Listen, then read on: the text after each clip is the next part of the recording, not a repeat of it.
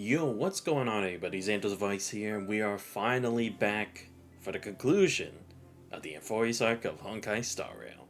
Hope you guys had a great day today. Yeah, I decided to finally do this just because, I just felt like finishing it up, you know? I mean, yes, it is also partially because, we're having the next update, this week, if I am remembering correctly, or I don't even know. Anyway, where we last left off, we had finally, gathered all the flame chasers, fought the false iron tomb.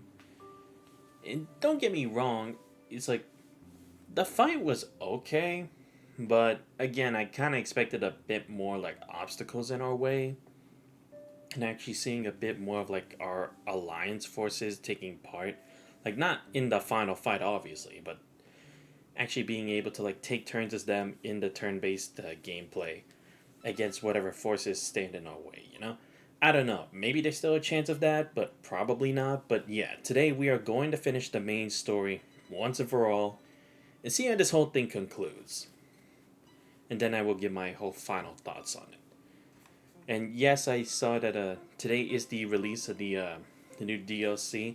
I don't know if it's already been released yet or not. I'm probably just going to purchase it either later tonight or tomorrow, and sometime this week I'll get to it. But yeah, so we'll have that. Like I said, I'll try to do some PGR just because I don't really have anything else at the moment aside from that. And oh right, and of course, Do at Night Abyss. We still got to continue with that. But yeah, without further ado, so after we went through the boss fight, if I remember correctly, for some reason some of the members of the Flame Chasers are here on the Express. Supposedly, again, I don't think it's the real one. We've been through this kind of stuff before with Penacony, so it's not the first time they're trying to do something like this, but I'm kind of surprised they're trying to pull something like this. If this is a fake one again. I hope it's not, because again, it's like, it's just copying it from Penacony. It's like, dude, Penacony wasn't even that far along ago, honestly, in retrospect. So it's like, why the hell are we copying that again? But yeah, also, I kind of hope this isn't all there is to it, because again, it's like, actually no. Again, I'll just save that for the end when I get my final statements.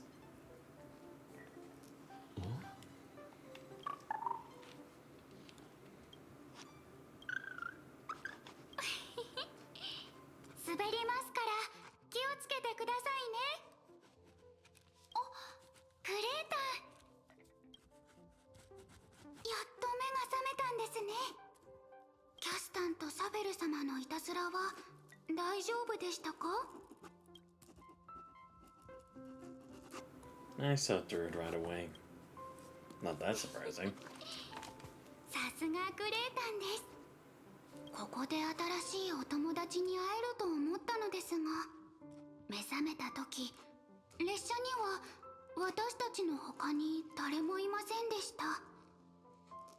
本当に残念です。グレータンが一番信頼している旅の仲間に会えたはずだと思うと、なおさら。And that is kind of the other thing, which is like, I'm trying to understand. Again, it probably will be explained later. At least I would think so. But it's like, how is this even possible, right? Because again, we had physical form that entered a world that was practically like a simulation of a world over and over again through all those cycles. And now you're telling me supposedly all these individuals who are potentially some like AI forms are somehow out in the real world. I doubt it would be that simple, because again, at the very least, I feel like we would need vessels for that, kind of like android bodies or something like that. But I don't know. Like I said, they'll probably just explain it later, so I'll just leave it for that for now. How did I make it back? グレータンもそうなんですね。多分ここにいるみんなが同じ状態だと思います。 I'm a bit worried about the crew. 無事ですよ。だってみんなで力を合わせて鉄棒を倒したじゃありませんか。 I don't know about that. I mean, I thought I defeated a pseudo Aeon Sunday, and then I woke up from a dream and I was still in the battle with him, so I wouldn't be surprised if we're back there again. だからきっと帰ってくる途中なんですよ。グレータンの仲間の皆さんが到着したらお祝いしないとですね。 And actually, I forget, were Himiko and Velt even there for the final battle? Because it has been a long while, so I've forgotten what exactly happened to the very specific details. But were Himiko and Velt with Herta in the space station for the battle, or were they actually there with us? Because I was also gonna say is like they should at least already be here if they weren't there for the final battle. Unlike how it was with Penacony when we actually had the five of us together. ファイノン様がずっと心待ちにしていた景色ですから。 Fine on. He's here too? さっきまで皆さんとおしゃべりをしていたはずですが、どこかに行っちゃったみたいです。ファイノン様は本当に活動的な方ですね。グレータンももう慣れてるでしょ。もう一杯どうですか、メデイモス。もらおう。あのお三方はそこでもうずいぶん長いことお話をされています。グレータン、挨拶に行きましょう。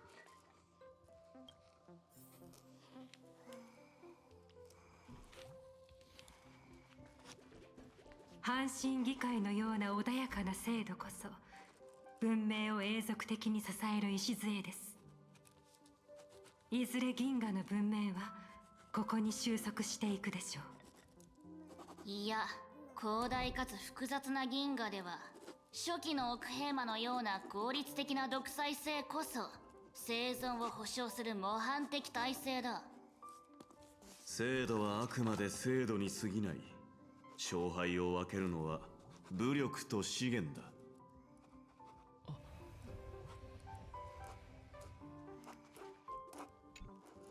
おや、誰かと思えば請求列車の主だったか。またお会いできて嬉しく思います。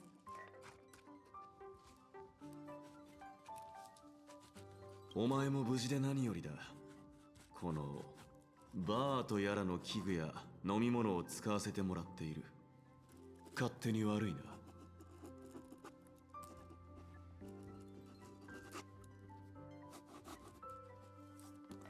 What are you talking about? そうですね。おつまみにちょうどいい話をしていました。せっかく見識あるあなたが来たことですし、私たちの議論に決着をつけていただけませんか。確かにこの議論もいい頃合いだ。僕も異論ない。この銀河において存続してきた数々の文明がどのような政治体制を敷いてきたかをご存じないでしょうか。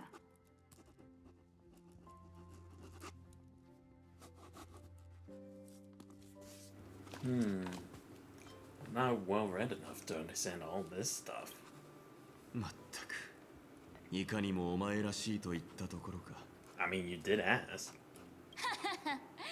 では僕はこの請求列車に崇高なる使命を与えよう。オンパロスの偉業を銀河の果て隅々まで轟かせよ。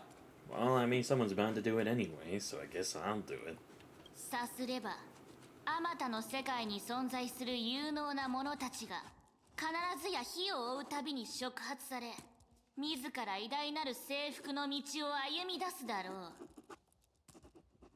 軍政にとって良いことかどうかは何とも言い難いですね。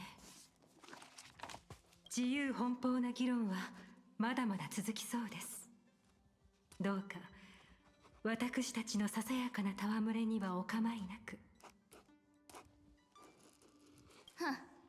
列車の宴とはこうも礼節に欠けたものなのか。下がることを許す。行け。あいつなら先ほどここを立ち去った。大して飲みもしないとは付き合いの悪い。ふん、つまらんやつめ。あいつに用があるなら上に行くといい。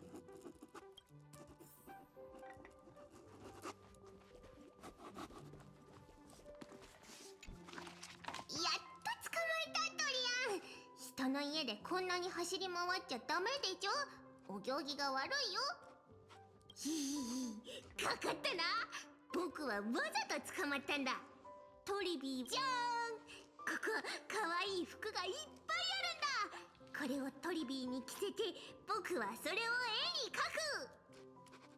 ぐぬぬ、目的のためにそこまでするなんて。でもこっちにも考えはあるんだからね。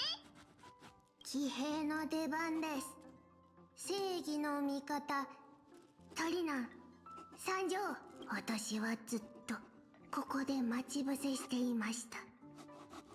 私たちとトリアン、これはトリスビアスの戦いです。2対 1？ そんなのずるいぞ。あ、グレーちゃん、いいとこに。早く助けてくれ。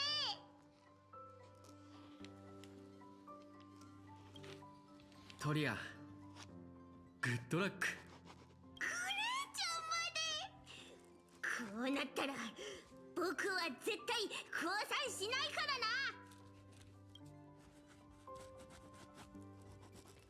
らな。あ、トリアンが逃げてしまいました。私は必ず騎兵の務めを果たします。私たちがこうやって一緒に笑ったり遊んだりしてるのはグレイちゃんにとってきっと珍しい光景よね。 Yeah, I mean, that is true. Now everyone will be alright. みんな解決したね。英雄たちもみんな重荷を下ろして子供みたいに純粋な顔してる。グレイちゃんが暖かくて明るい明日を迎えるって思うと私たちも心から嬉しくてほっとするんだ。だから今日はトリビー先生にも無邪気で楽しい時間をちょうだいね。待てー、トリアン、逃がさないんだから。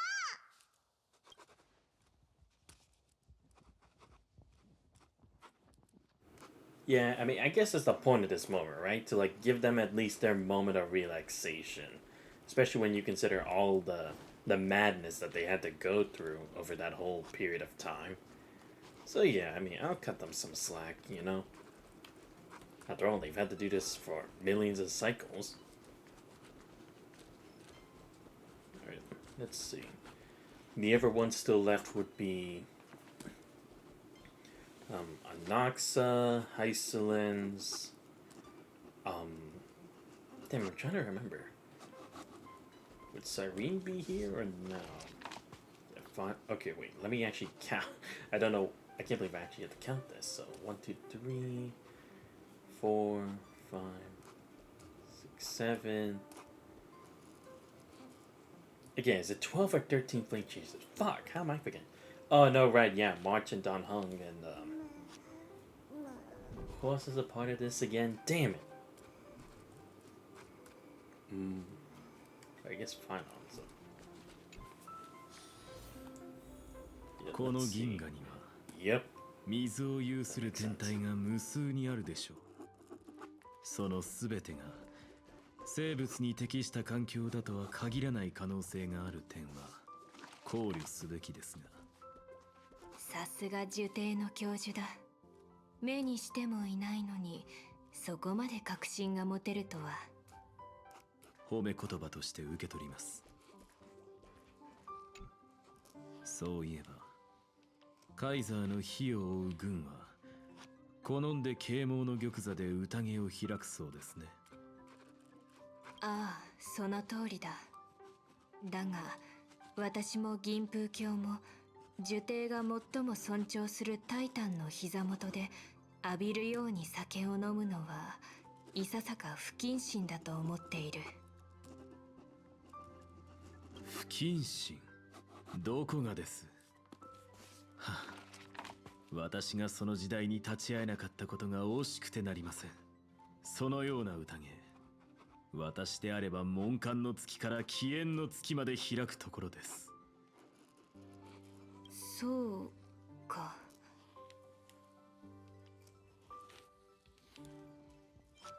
You must have a lot in common with Terravon. 特進は単なる結果であり目的ではありません。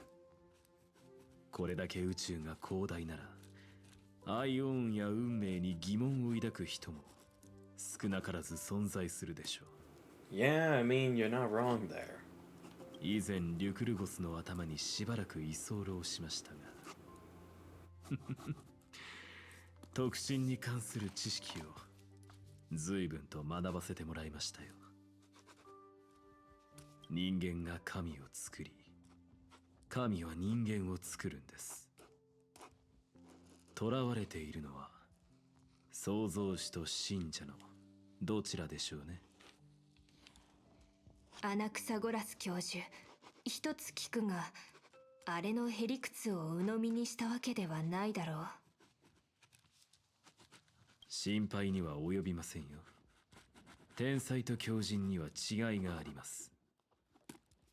天才は致命的な真理を他人に共有しますが、狂人は押し付けるのです。理解した。宴の席で命令の杯を交わすとき、礼儀正しく飲みに誘う者が好まれ、飲むことをしつこく強いる者が嫌われるのと似ている。抽象的な物事を卑近な事象に例えるとは、あなたはもう立派な学者のようですね。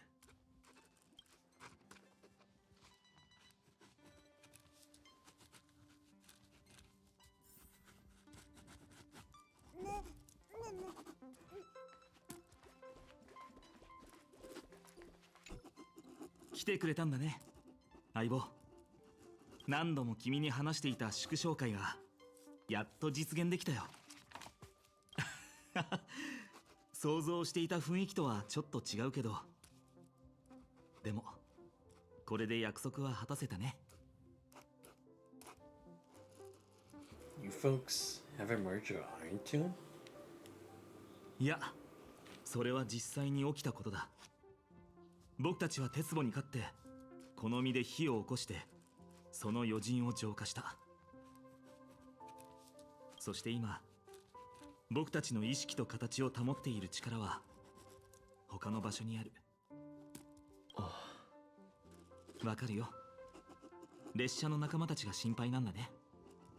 でも彼らならきっと無事だ。彼女がそう約束したんだから。Sorry? 焦らなくても大丈夫さ。きっと一番いい瞬間に現れるよ。それ、請求列車か。ここは本当に帰る場所って感じがするよ。君にタンコ、そして美月さんもオンパロスに閉じ込められた時、きっとここがとても恋しかっただろうね。窓から見える綺麗な景色にほっとする音楽、そこに仲間がいて、無数の輪廻で繰り返された数えきれないほどの夜、揺れる金色の麦の穂を僕が夢に見たみたいに。 Let's go on a journey together, partner. この満天の星空のどこかにきっとエルシオンみたいな小さな村があるんだよね。相棒、僕はどうやら自分の願いを見つけられたみたいだ。ずっと昔、家というのは自由を感じられる場所だと言ってくれた人がいたんだ。君と、そしてみんなと銀河を旅することが今の僕の強い願いなのかもしれない。先週同盟ピノコに僕の想像力が乏しいせいで炭鉱の話を聞いてもどんな世界なのか全く想像ができないんだ。なら自分の目で見に行くしかない。そうだろ。 That's a promise. やっと来てくれたね。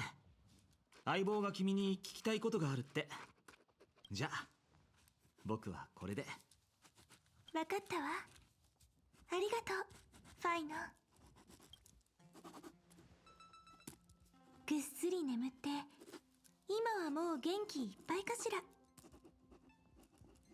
列車には初めて来るんだし、みんなにはもっとちゃんとしてもらいたかったんだけど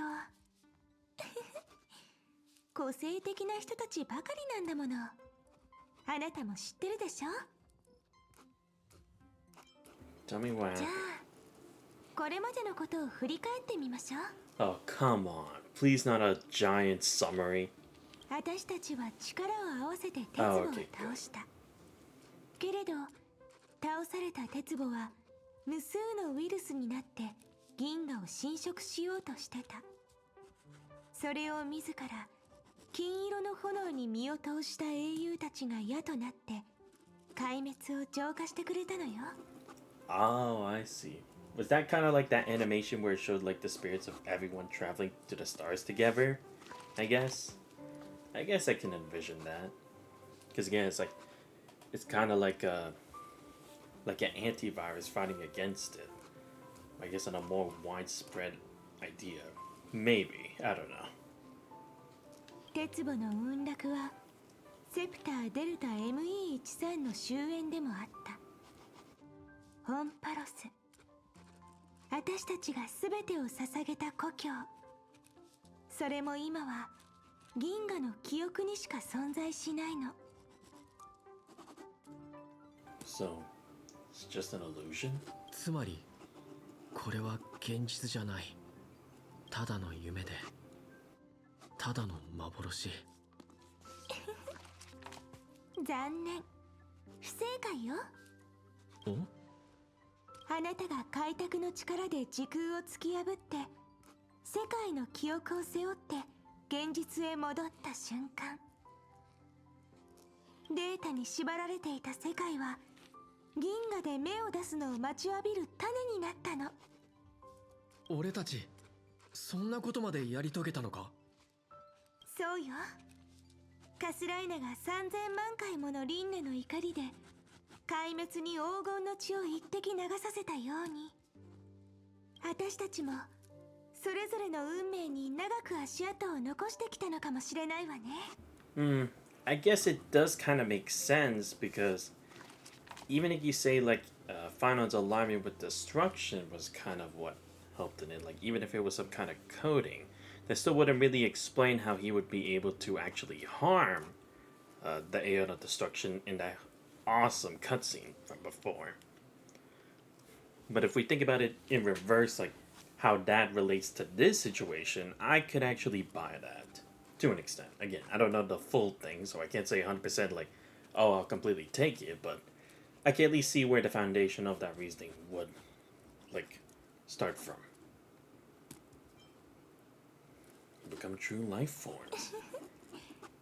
それは言い過ぎかもしれないわね。少なくとも今はまだみんなは本物の生命にはなれないわ。でもオンパロスはもう明日を手にしてる。だからあなたが種を全部大事に守って育てていけば、いつの日か開拓が再び奇跡を起こした時に、私たちが愛してやまない世界はきっと芽を出すわ。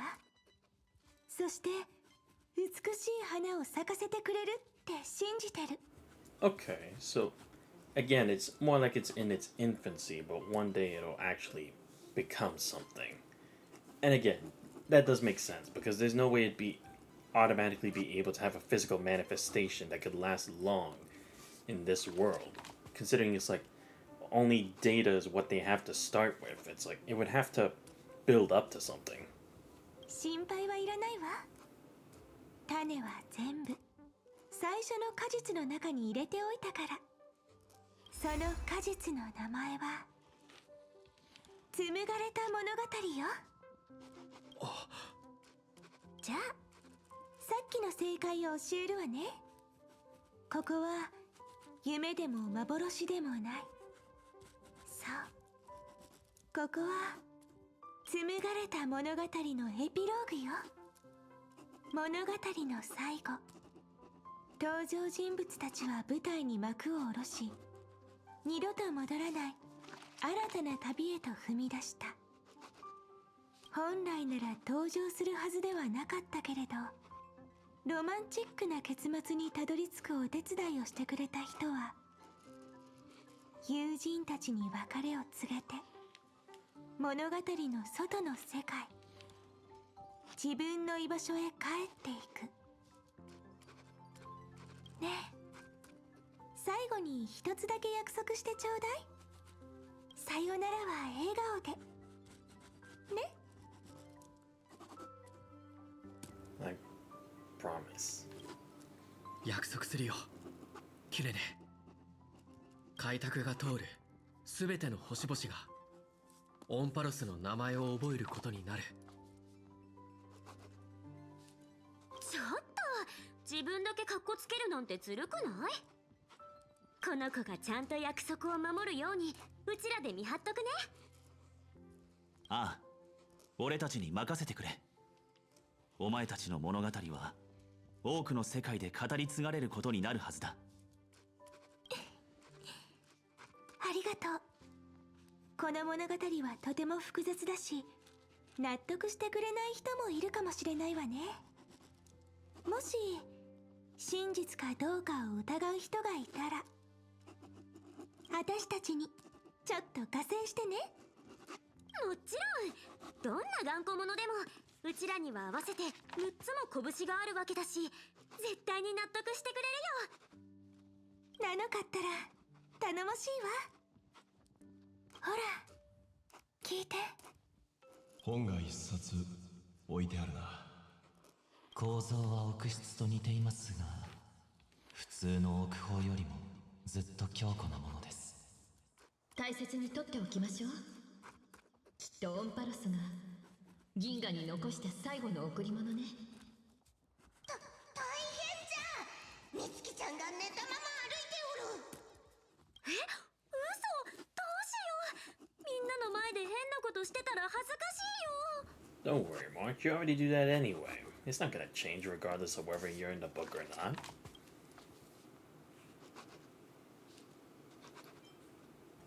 Well, now I have an excuse to stay a bit あんたが longer. 何考えてるかお見通しなんだからね。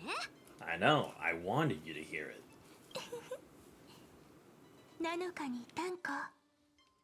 それからあなた、この先もお互いに支え合う大事な仲間として歩んでいってちょうだい。じゃあそろそろ戻らないとね。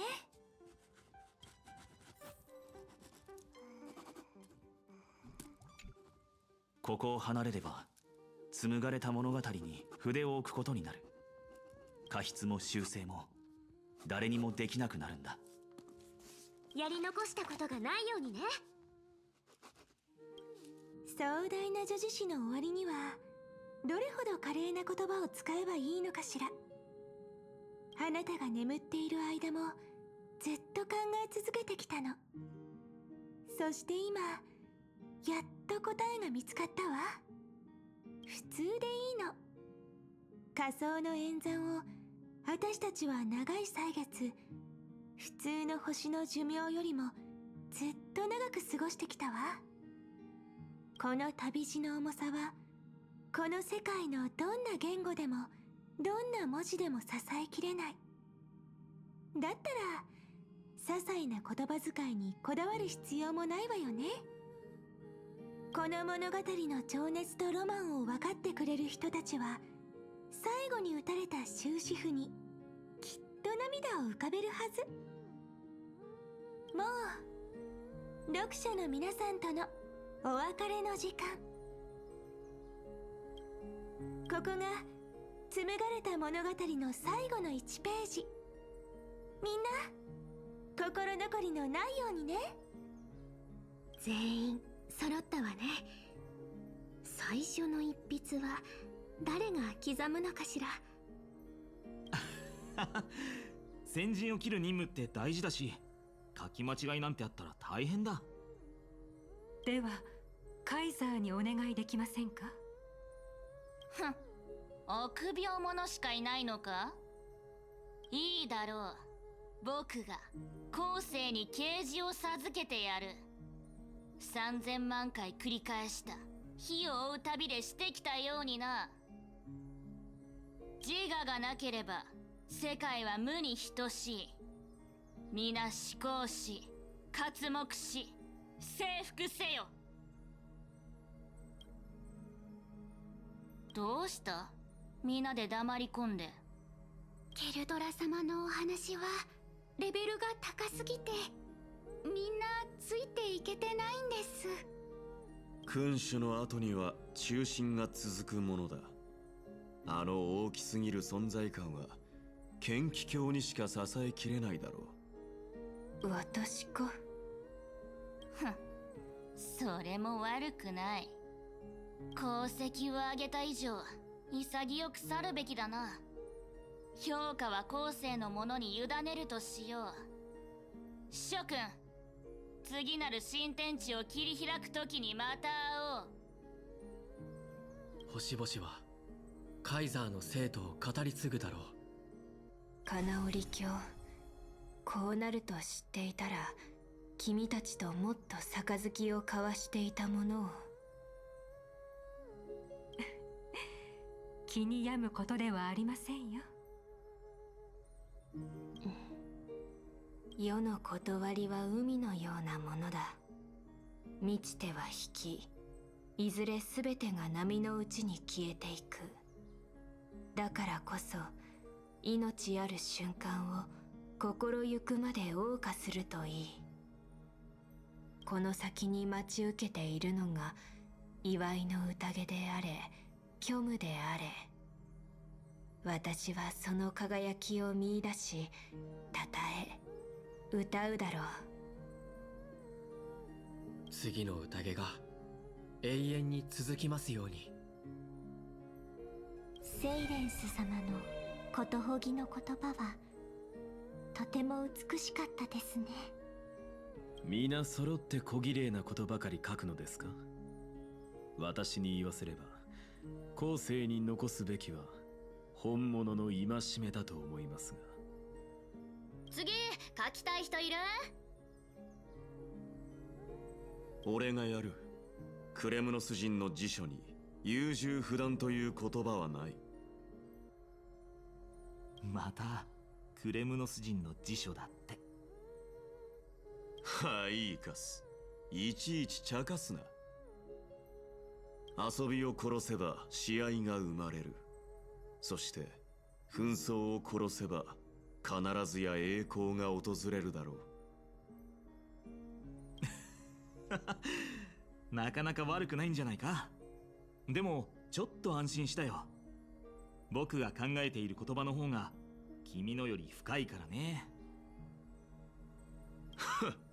他はさておき、そのうぬぼれぶりはこの世で一番だ。達者でな。再会を果たした暁には俺はまた皆の盾となると約束しよう。メデイモスよ、王となれ。どうしたのキャスちゃん。いえ、ですがようやく私の言いたいことが分かったような気がします。ではキャス、それを心のまま言葉にして紙の上に永遠に留めておくといいでしょう。心にゆとりがあるときはほんの少しでも優しさを分け与えて身の回りの素敵なものに触れてみてください。キャスター、素敵なことを言いますね。ありがとうございます、ヒアンシー様。ただこの愛しい世界に思う存分触れられなかったことが私の唯一の心残りです。皆さん、西風の果てでまたお会いしましょう。お前がいる場所は優しい花の海。では次は私ですね。気が済むまで演説をしてください、アナクサゴラス。今回は邪魔も入らないでしょう。ご期待に応えてみせますよ。せっかくの機会です。私が思う世界の真理についての見解を披露しましょう。真理とは世界の万物を溶かす溶媒である。故に客観的に存在し得ない。これに関するいい証明があるのですが、物語も終盤ですし、超口舌を振るうのはやめておきましょう。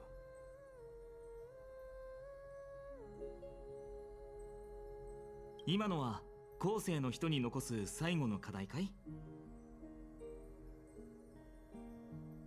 いいえ、これは事実ですから議論の余地などありません。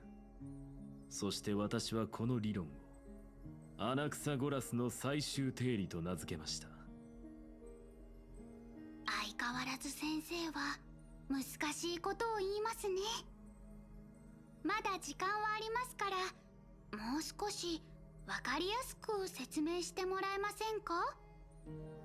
じゃないと後世の読者に真意が伝わりませんよ。私の真意はそれほど重要なものではありません。肝心なのはこの言葉を目にした者の心にどんな感情が芽生えるか。その瞬間、この定理は役目を果たしたと言えるのです。ですから授業はまだ続きます。ですが少し休みを入れるというのもいいでしょう。今日のところはこれにて終了です。お前がまいた種はもう芽を出し根を張っている。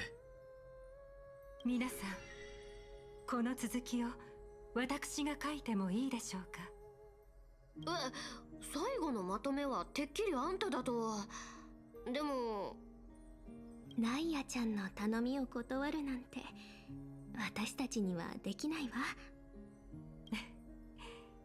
師匠もセファリアもありがとうございます。信頼と無視の心はこの世で最も美しく華麗な服。一着は誰かに送り、もう一着で自らを着飾るのです。片方は金色でもう片方は紫色かな。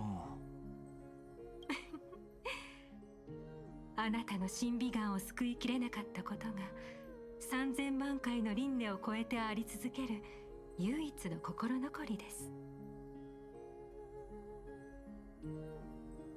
ですが今は疲れました。ゆっくりとバニオに浸かりたいものです。では皆さん、黎明にまたお会いしましょう。長い間ありがとう。一番の趣味はやっぱり変わらないみたいですね。そろそろ私の番でしょうか。銀河にはきっとヒヤンシーちゃんみたいにあちこちで人助けしてる人がたくさんいると思うんだ。そういう人たちのお手本にならないとね。はい、もちろんです。もっと空を見上げて笑ってみてください。どんなに大変な病気にも前向きな気持ちは一番のお薬です。わかりやすい言葉だから子供たちもきっと気に入ってくれるわ。子供たちの気持ちはトリスビアス様が一番よく知ってますよね。空に鮮やかな虹の橋がかかってますね。いか空を癒してくれたのはお前だ。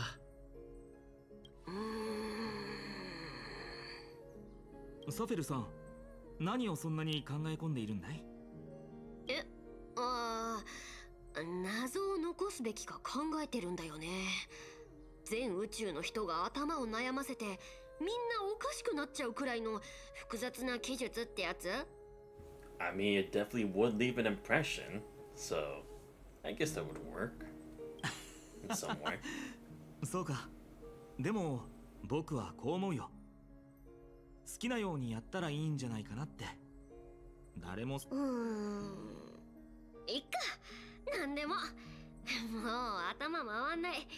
珍しく素直にやってみよっと。転ぶのなんか怖がらないで走り出せ。運命なんてのろまなエンドモみたいなものがあんたを捕まえられっこないからね。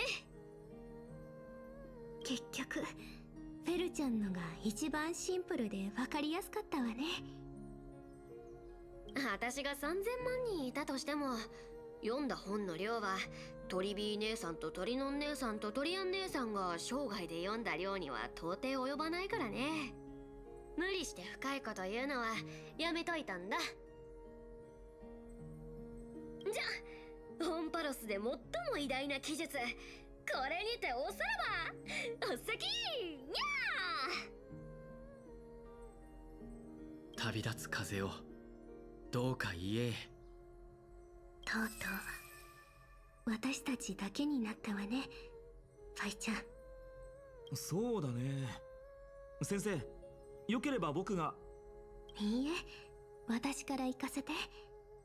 だって人々は一人と別れを告げ、そのものだけがでしょ。まさか先生がそういう冗談まで得意だなんて思わなかったよ。ファイちゃんは完全なトリスビアスのことなんてまだまだ全然知らないのよ。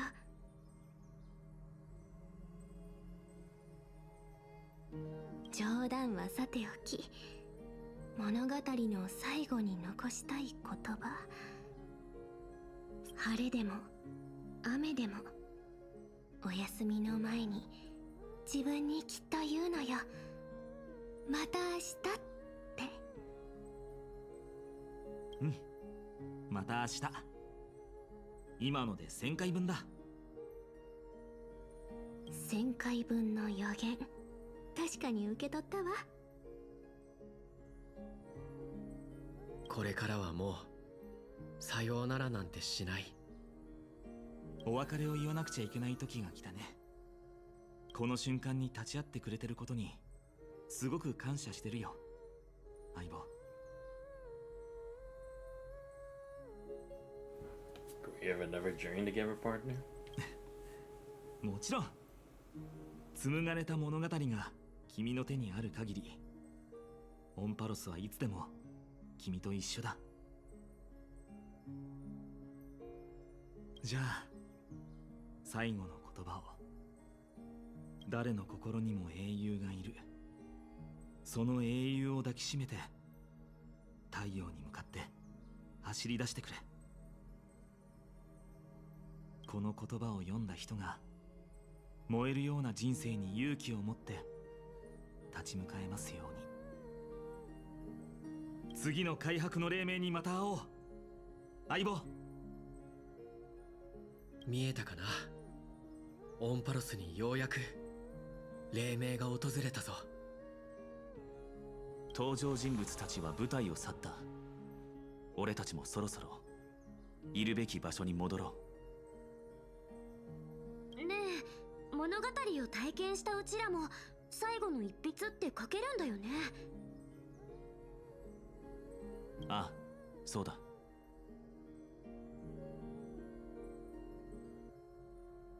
筆はいずれ折れ、墨は尽き、命は世を去る。だが信念は女子誌の中で不朽の存在となるだろう。歳月が終わらない輪廻なら繰り返す苦しみなんか忘れちゃって幸せな瞬間だけで心を満たそうよ。一緒に明日へ進もう。俺たちが離れ離れになったことはない。帰ろう。列車組の会議に遅れないようにね。わざわざ待ったりしないんだから。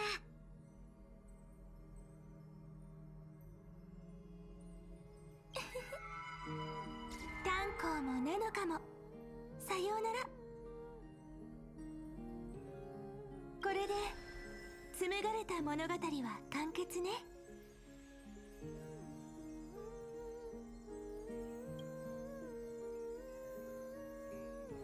Are you gonna say something? 私たちは一緒に物語を紡いできた執筆者だからいいの。作者の手を離れた物語は読者の目に触れた瞬間からその意味さえも私たちの手が届かないものになる。読み手の一人一人に解釈を委ねる。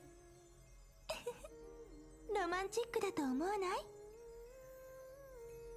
この物語が私たちにとってどんな意味を持つのかは心にそっとしまっておきましょう。だって私たちの心は通じ合ってる。そうでしょ？うわー！みつきちゃんが急に目を覚ますからびっくりしたぞ。今ので本を落としてしまったのじゃ。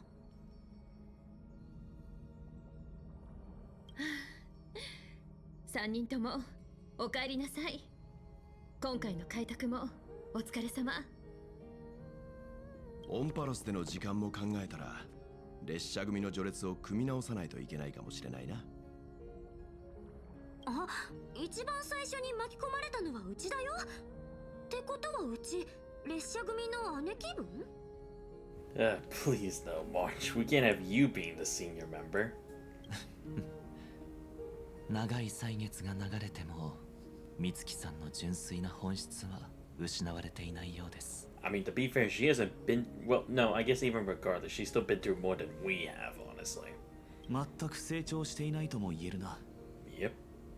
ちょっとそういえばこんなに近くで紡がれた物語を見るのって初めてかも。キュレネの筆跡は柔らかさの中に真の強さが感じられる。これってそんなに奥深いものだったの？うちもちょっと詳しくなっとかないとダメかな。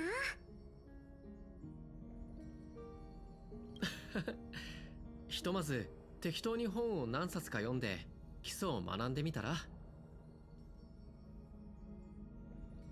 毎日部屋に引きこもってスマホばっかいじってるあんたに言われたくないよ。あれ、ちょっと待って、なんか落ちてきたよ。Oh, also, Kayla, thank you for the follow. Much appreciated. これはしおり？実はね、誰も知らないところで起こったほとんどの人が知らないエピソードがあるの。これを物語の外に分けておいたのはそれが一つの選択。私が自分勝手な理由で下した決断、それに関わることだったから。あなたがいない間に私が勝手に決めてしまったこと許してくれるかしら。そのエピソードのことはこのしおりに全部書いておくわ。これを読んだ後でもし私を許してくれるならこの最後の一筆を紡がれた物語の結びとして書き加えてほしいの。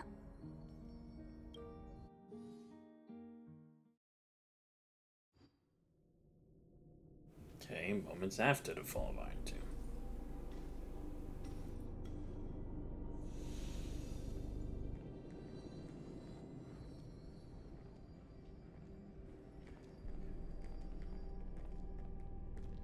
鉄壺に飲み込まれた記憶よ。現実へ戻りなさい。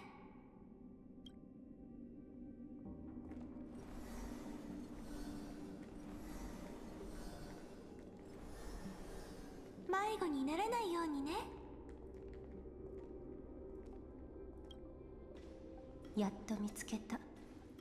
キュレネ、デミウルゴス。Yo, what's up, Siri? Or Siri, how you doing? How you been? I'm doing good, thank you for asking. Just finally reaching the conclusion of the Amphorius arc. A long time, eh? Yeah, definitely. 私たちはこの戦いに勝利した。マダム・ヘルタ、お礼を言わせて。あなたがいなかったらこの結末はなかったはずだもの。ただまだ何か気がかりなことがあるみたいね。目を閉じる前、機械頭の思考の中に気になる光景があったの。第4の時、知恵によって定められた銀河の運命の転換点。それはただ一つの瞬間を指すのではなく、一つの過程であり、いくつもの出来事が集まったものなの。じゃあ今回の勝利はそのいくつもの出来事のうちの最後ではないってことかしら。 Right, because hearing it that way, you would either think, oh, the long process that started way before has finally reached the part now, or you could say that, yeah, it hasn't reached a conclusion. It's like there's still more that it's gonna be involved with. And considering it seems unsettling to her, it would definitely have to be the latter more than the former. But what else would there even be? Like, the fact that Remembrance tried to take advantage of this whole situation, and what? Caleb, what you... Oh, okay. そう、むしろこれは始まりに過ぎない。 Right, because in the end, this still kind of made waves, right? It showed that even alone, for the most part, Lygus was still able to set things into motion and almost accomplish what he wanted to do. And to be fair, even though he failed, it still showed that what he was planning did have a very strong effect on the world. Like, it was deleting people and everything. So the fact that he could already do that all on his own with just a bit of, like, help and stuff from others, it's kind of scary, because it's like, what could other people do if they were to also obtain those same means? I mean, I know that it's like Lygus is a unique individual in the fact that he's number one in the Genius Society, but even so, if you just have a good number of people who are at least above the average intelligence, that would be pretty scary depending on the selective skills, which is maybe also kind of like the reason for the Stellaron Hunters, right? Because they're also very unique individuals with very interesting powers, but as well as characteristics, right? Because Kafka definitely is she's still a very mysterious individual to me, but again, that's what really grabs my attention for her, you know? She just has that mysterious aura, which is like, we think we start to unravel a bit, but then there's just like so much more to ask about her. And as well as Blade, who can kind of be like a double-edged sword depending on how he's directed. And with Silver Wolf's hacking skills and such, it makes you kind of wonder, it's like, is that part of the reason why the Stellar Hunters were formed the way they are, right? To keep it from being in someone else's grasp who would be able to make it much worse or make it even more unpredictable from the future, considering it's like their leader is kind of not prophetic but clairvoyant, and that they can see things to a certain extent as to how they'll play out. So it's like by lessening that, there's less of the unpredictability that would create even more wayward results later on if left unattended to. But even so, again, it's like, I think the whole point is like, this gives the idea that it's like, there is a chance that mortals can actually stand up to Aeons. There's no definitive proof that they can, like, take them down from their heights. But again, shows that there is the threat that the possibility exists. Because that was the whole point with Ruan Mei's research, right? Of her teaming up with Jing Liu and Luocha. It was the fact to see is like, could they control and recreate that bug, which is like, in order as a way to use it against the Aeon that was kind of causing mischief in the Zhangzhou Lufu, right? because I don't really remember the full details about like what the Aeon had done. If I remember, it was like about that curse of immortality that turns them into those monsters, right? But yeah, at least that's what I think. この銀河に鳴り響く最初の上昇。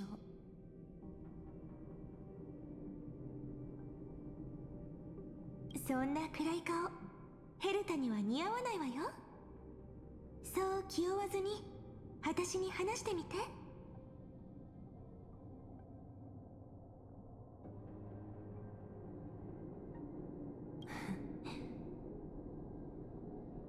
少し前にあなたはまた記憶の愛用にあったんだよね。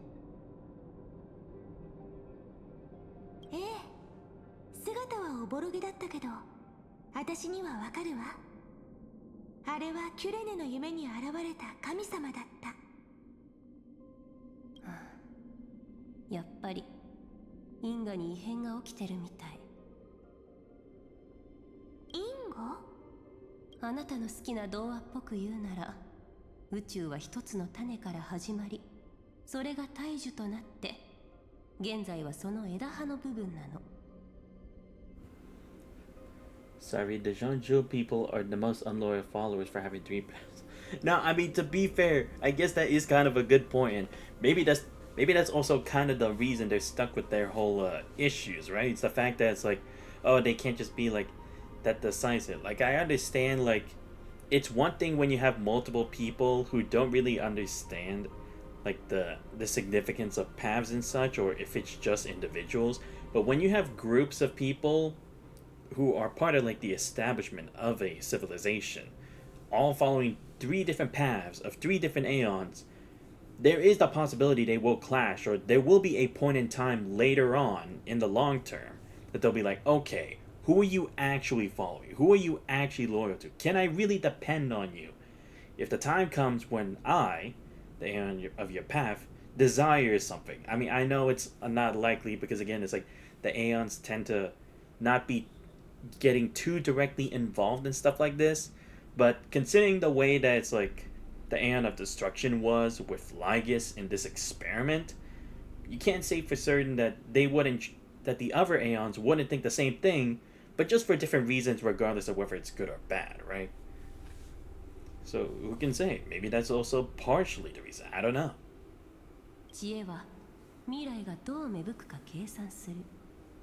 もちろん未来には無数の可能性があるから知恵は見定めるの。歪んだ枝や丈夫ではない葉を選定することでね。Right, like the imaginary tree, right? ただ一つの可能性だけを残す。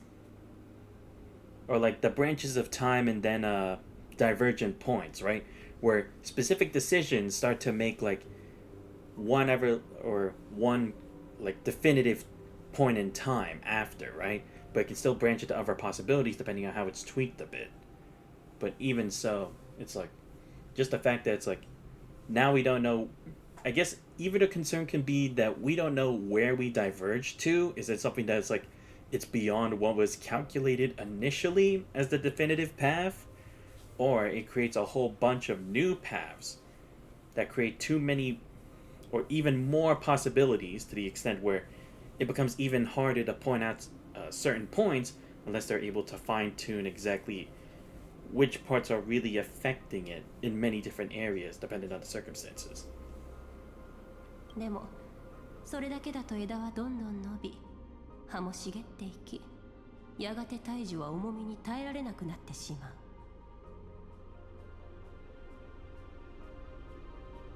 だからこそ生物学には木質化っていう現象があるの。柔らかい枝が硬い表皮を生み幹と一体となることで重みに耐えるってわけ。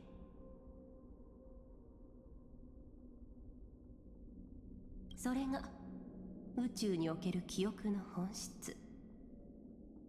不利の記憶の中で過去は記憶として結晶化する。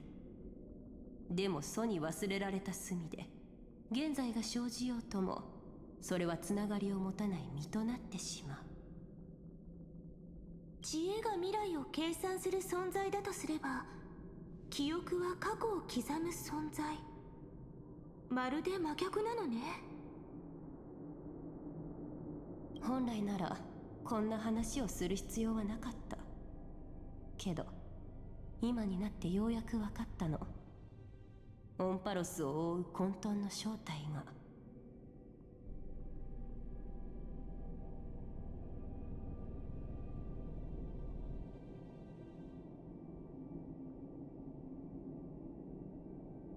それはあなたの記憶。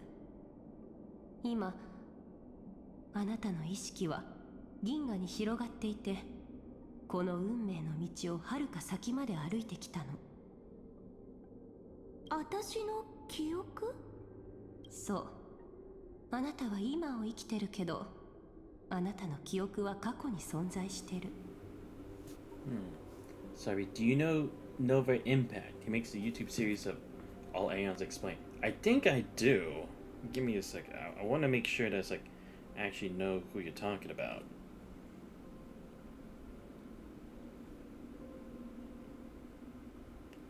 Oh, okay, yeah. I know who you're talking about. I haven't checked out their stuff yet because I kind of want to wait till I'm at a good point where it's I could take my time and then listen to it. Kind of like when people want to take time to listen to podcasts and stuff like that to fully absorb the information. So I'll probably check that out later once I'm done with Amphoreas. 記憶のアイオンもただの記憶の束に過ぎない。それってどういう意味かしら。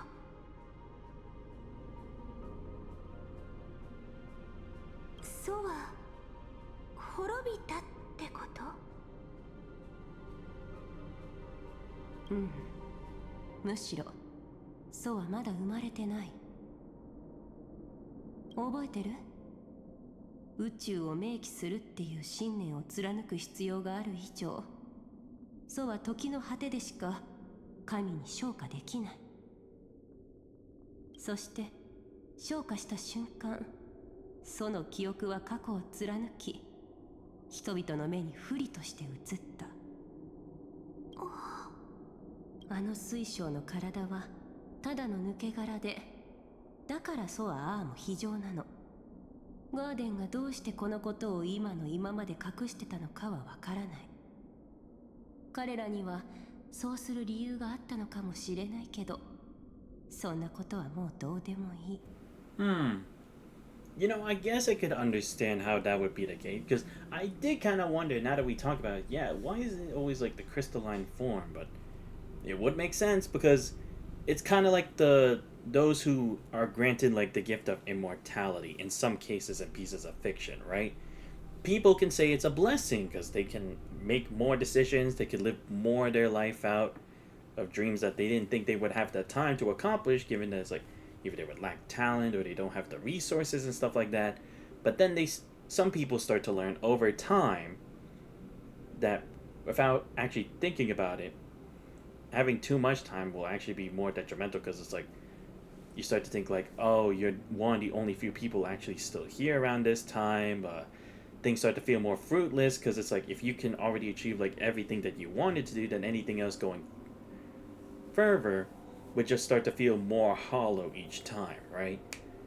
So it would be the same for memories, right? Because if it's just just a collection of memories and nothing that progresses more, like a conscience or a soul, it would just always just be a replay and nothing but a replay, right? So again, why it would feel so distant and cold, because it's just a moment, right? But as a moment occurs more and more, there's less impact. Like when you watch a movie, movies are great when you watch it at the time, right? Because you have that impact, that surprise, the drama at the moment, the twists and turns going on.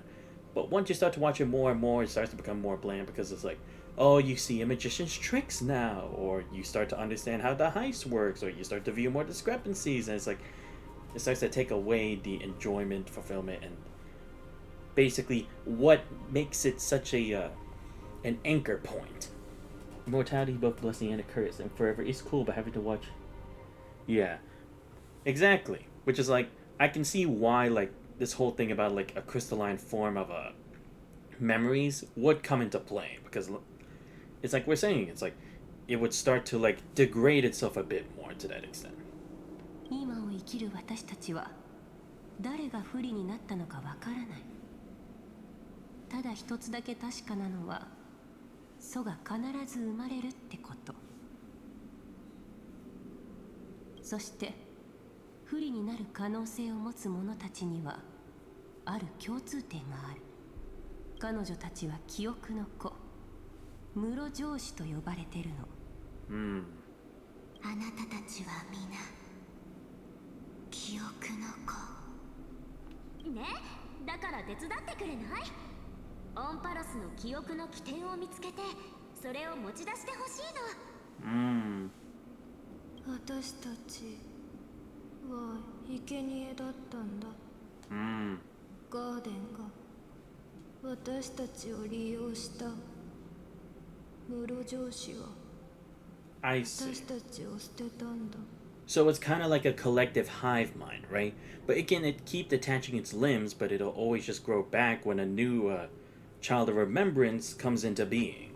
And we'll just continue on and on, right? なるほど。その裏には私の過去じゃなくて。I guess that does also go into further explanation because we didn't get too much indication as to what the Garner recollection would obtain from this. Like, we knew they wanted the beginning of Amphorius, but what would that really do for them, right? Like, we saw what it would do for Fuli, we saw what it would do for, or we saw what Amphorius meant for Nanook and the others, but what exactly was it going to play into for the Garden of Recollection? 私の未来があるのね。もしかしたら現在かもしれない。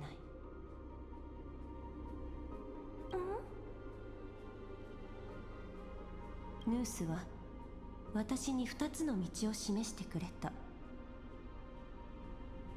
その2つの道のどちらにもあなたの姿があった。1つ目はあなたが踏み出した記憶の道をたどり、この世界から解き放たれ群生へと向かう姿。つまりオンパロスの因果はあなたとは無関係になる。少なくとも今のあなたとは。もう一つは2つ目はあなたは歩みを止め、自我を代価に完結を迎え、オンパロスを貫く記憶となること。Right. She would just become a collective that just implants himself to the greater whole, right? I see. Do you know that theory where the universe already ended and fully already existed for a long time? It might have reset the universe already just by collect memories? No. Haven't heard of it. But I guess you know, I guess there could be some plausibility because again, it's like things will have to be set in motion, right? And even as a clairvoyant, I doubt the leader of the Stellaran Hunters would be able to have access to like so much information as to what things they actually need to intervene in and what others they can like just depend on the Trailblazer and the others to be like the main focal points there, right? Because like certain times they're actually being direct, certain times they're just like only steering people in a certain direction, and then other times they're just sitting in the background just observing to make sure everything's going fine. So I guess it is possible for that to be the case, because again, it's like a lot of clear details as to what will happen later on, and also how some things could have already been shaped in certain ways, and that there were actually conclusions now as opposed to maybe if back then it already kind of failed. And again, we do come back to the term of finality again, and when it came to Honkai Impact 3rd, finality just meant creating a whole grand reset again, because humanity had failed to create the breakthrough that was practically impossible. So I guess there is the possibility that the world has already, or the universe itself has already gone through that. これはきっと If it's being brought up 全 now. ての室城主が直面する選択なんでしょうね。つまり私は永遠に過去にとどまるってことね。それだけじゃない。あなたはオンパロスの因果を閉じることになるの。閉ざされた世界において記憶がもたらす影響は全てあなたによる影響として収束する。アイオンが歴史に干渉することも因果の空白もなくなる。そうして今は固定され揺るぎないものになるの。二つの道のうち正しいのは一つ。機械頭は答えを教えてくれなかったけど、間違った方を選べばおそらく因果の欠如により鉄母が再び姿を現すだろうね。Sorry, everything will end to nothingness, the void. Blah, blah. Yeah. 銀河の神様もこんなに理不尽だったのね。アドバイスとしては、あまり深く考えずにまずは自分の心に問いかけてみるのがいいと思うよ。一つ目の道を選べば記憶の精霊として存在できるかもしれない。彼らとしばらく共に行動することだってできるかもね。あなたが彼らのことを、特にあのお子ちゃまのことを気にかけてるのは私にだってわかるよ。でも二つ目の道を選んだらお別れを告げる機会さえもう逃してしまってるかもしれない。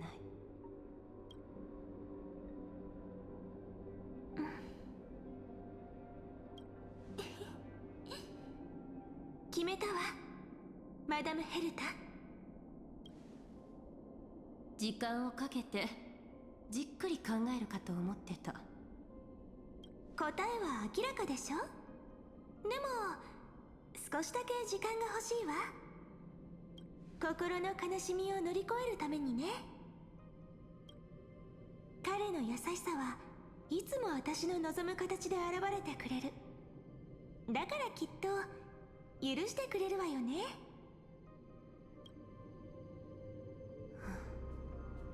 そうならこれ以上は言わないでおくよ。Yep. この雰囲気を壊したくないからね。It's just like that in every universe, isn't it? Whether it be as Cyrene or Alicia, she'll always take the harder path. If it means that it will actually guarantee a chance of a difference. Can't hate it. There's been a lot of gacha that have released and that are upcoming. Did you try anything new, or what are you looking forward to being released? I do got a couple that I'm interested in. One definitely is the one people are talking about now, Arknight's Enfield. Because I tried playing Arknights, like the regular game on PC before. I will say it's a bit tedious for me. Don't get me wrong. Like, I play turn-based games and it's like, I have a certain patience for that, but it's like, when it came to how they do like the whole costing and everything, I'm not gonna say it's complicated or impossible. I feel like it's more like I just have to get more in tune with it, but at the same time it's like, I don't know, it's like having to be that specific with all the costs and abilities and everything. I feel like that's a bit too much for me, who's like a guy who just also wants to enjoy the story, right? Because also it's like the combat isn't like flashy or anything, it's just like chibis and stuff like that. Like, I mean, Azure Lane's kind of the same thing, except, I mean, just a game of like waifu, so it's like I can at least go to that extent, because most of the time I just like flash through with like auto battle and stuff like that. But aside from that, Arknight's Enfield is like you kind of had to like make sure your formations are right, so it's like I kind of just gave up on Arknights. So to see a different kind and a more like a universal type of game with the action that it possesses, from what I've seen of like trailers and clips of the beta gameplay, I'm actually really interested in that one. Another one I would say is a Silver Palace as well, because again it's a unique setting and all that. What about for Sapura, the new game Hoyo cooking? I don't know. I mean, I don't know, because I mean, I'd rather kind of just focus on the Hoyo games that I do play now, because there is at least some attachment for me to actually continue with, as opposed to other stuff. Because look, it's not like I hate Triple Z, because I haven't even really played it, but it's like I don't know. It's like the motions and everything. Again, I would just say it's more like a personal preference kind of thing, not to my personal thing. And again, it's like I juggle through a lot of gacha games already. I can't do like infinitely because I only have like so much time in the day, right? So at least like where there's breaks in like points in the story, like when it's Wuthering Waves or Honkai Back Third or PGR, since I'm mainly caught up with the main story, I can afford to like do other stuff for the time, you know? Because in some cases I'll drop and not grind as much for some games as I do for others, which are more relevant to me at the point in time. But damn it, what was the Varsapura again? Damn, I don't even know if I've actually heard of that or if that's a completely new one. Let me see. Wait, Varsa or Varsha?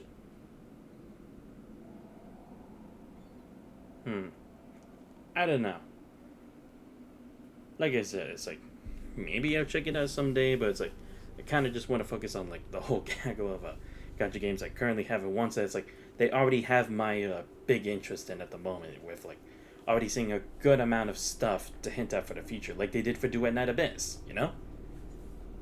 And like I said, what was it, Silver Palace or what it was? That's another one to look into, because again, it's like kind of like a historical setting as much.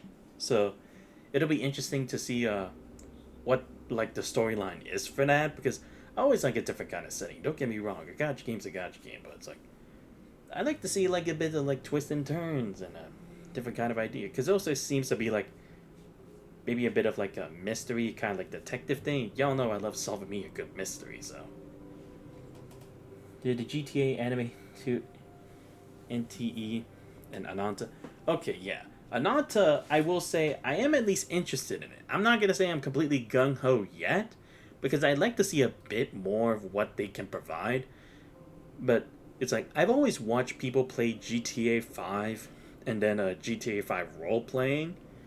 So it's like, I've had interest in it, but it's just, I never got really around to it, you know? Because I seen there were some crazy kind of characters people like role play as. I don't know if I can take that kind of extremity, so maybe at least in an anime like version of it, it would at least be toned down to a certain degree where it's like I can feel more comfortable in it, you know, or be interacting with other players, or just like interacting with such a huge environment and having so many other things to do, you know.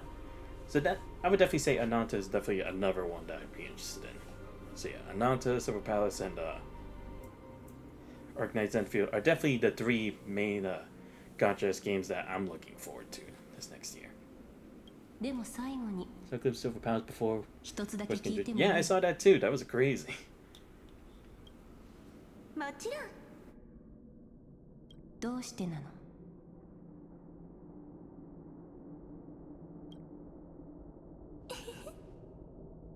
ある言葉を思い出したの。神性とは無可な人間性で、人間性とは不完全な神性だって。オンパロスの子供はもう神様なんて信じてない。いたずら好きな神々よりも彼のこと、そして人である自分自身のことをもっと信じてるわ。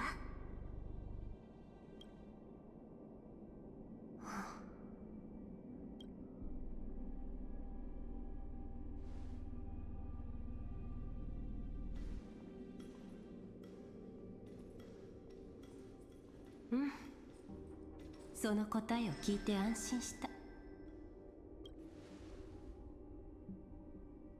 私の中で最も手放せない思い。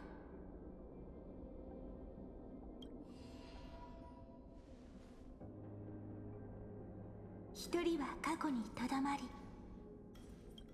一人は未来へ進む。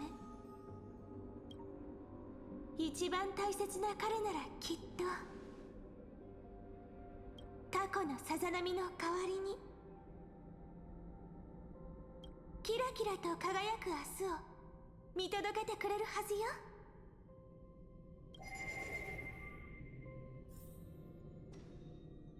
記憶を遡るだなんて不思議な体験ね。これは鉄母が勝利を宣言して壊滅を軍政に解き放つ瞬間かしら。あの時運命の狭間で私は私を見つけたのね。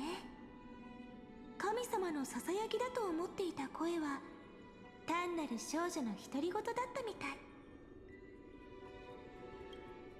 確かあの時聞いた言葉は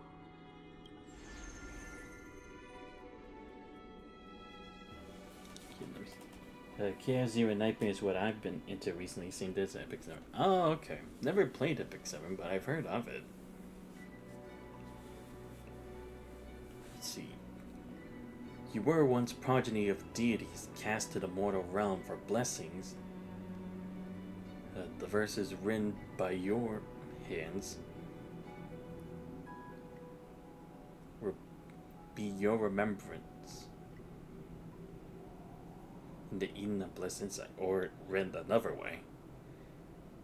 I weren't once progeny of deities fallen to the mortal realm for sins the verses erased by my hands shall be my shall be my oblivion in the Eden of Blessed Insight.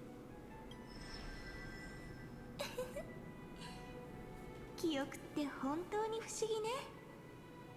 私はただ諦めないで、彼ならきっと見つけてくれるって言いたかっただけなのに。Sorry, Ellie's perfect as always. That's why they only copy paste. Yeah, see, it's like that's the one thing that, like, I'm okay with them copying pasting from HI3, you know? Like, at least like Bronya and Zayler aren't like complete copy paste in their games. It's like at least the personalities and stuff change, so it's like I can live with that, and I'm actually good with it. But it's like I really am glad they kind of kept Ellie the same, because again, it's like these are the same kind of choices that Ellie would make. I think that we can all say that with full confidence, right?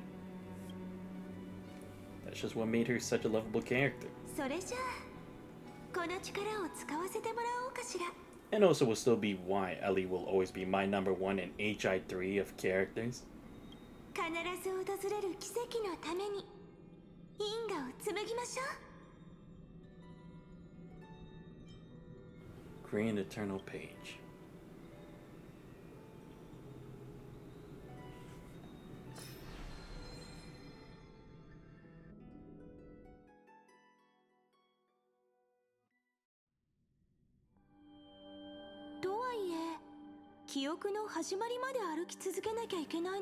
Oh, a freaking course. Yeah, they can't just give me just a good conclusion like that. Gotta do more. Fine. Just get this over with. 一緒に行ってもいいかしら。モモなら大歓迎よ。たとえその数が3000万であってもね。一つで十分よ。気持ちの整理がついたら出発しましょうか。記憶のさざ波をたどって過去へ向かい、神の御業のあった時を一つずつつないでいく。因が果を生み出したはずなのに、今では未来が過去に新しい意味を与え、果が逆に因を育む。きっとそれこそが記憶の素晴らしいところなんでしょうね。それじゃあ来た道をたどりましょう。Yep, of course it wouldn't be over 過去を just 振り yet. 返るたび、さざ波が立つ。お家が待ってるわ。You know, normally I'd be pissed at retelling of stories, but here it does at least make sense, right? Because again, it's like, this is the process for Cyrene. So I can live with it. As opposed to other times where they retell the story just for the sake of retelling it, as if they think your IQ's that low that you barely remember what happened 5 minutes ago. One Piece. Anyway, sorry. How about Kevin/Final? What's your thoughts on him?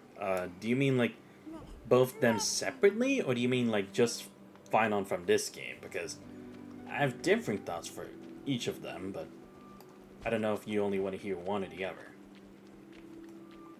I me. I can get both if you want. Just here. Oh, okay, a Phynon. A Phynon? I think it's interesting, you know? Like, I actually like how they tried to do it for him. Because the whole idea, both is good if you want. I'm fine with just going into perspective for Phynon. Because like I said, I did my whole Kevin spiel, I think, in on the tier list stream I did for that. For part 1 of HI3. So yeah, I can go into Phynon. I definitely say Phynon's a really good character. I'd say he's one of my favorites in the Amphorius arc, definitely.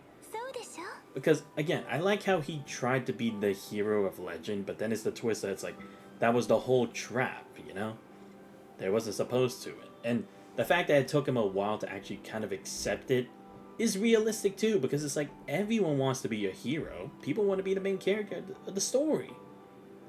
But to think he was actually, that desire was actually implanted into him to make that all happen was a very interesting twist. And then the concept of what Kazlan is supposed to represent, of all the tragedies of all those recurring memories just linking together through all those cycles. And then seeing Phynon actually make the final decision after everything he went through.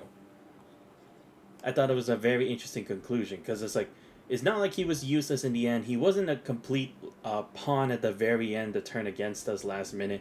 It's like, he at least had his one moment to shine where he's like, no, I'm here. I exist. I am not just a pawn. I am not just a piece of the puzzle. I am me. I am a human. I have my own thoughts. And you will not take that very right from me. Even at the very end. Because that's kind of the difference with Kevin, right? Because when it came to Kevin, he was definitely a bit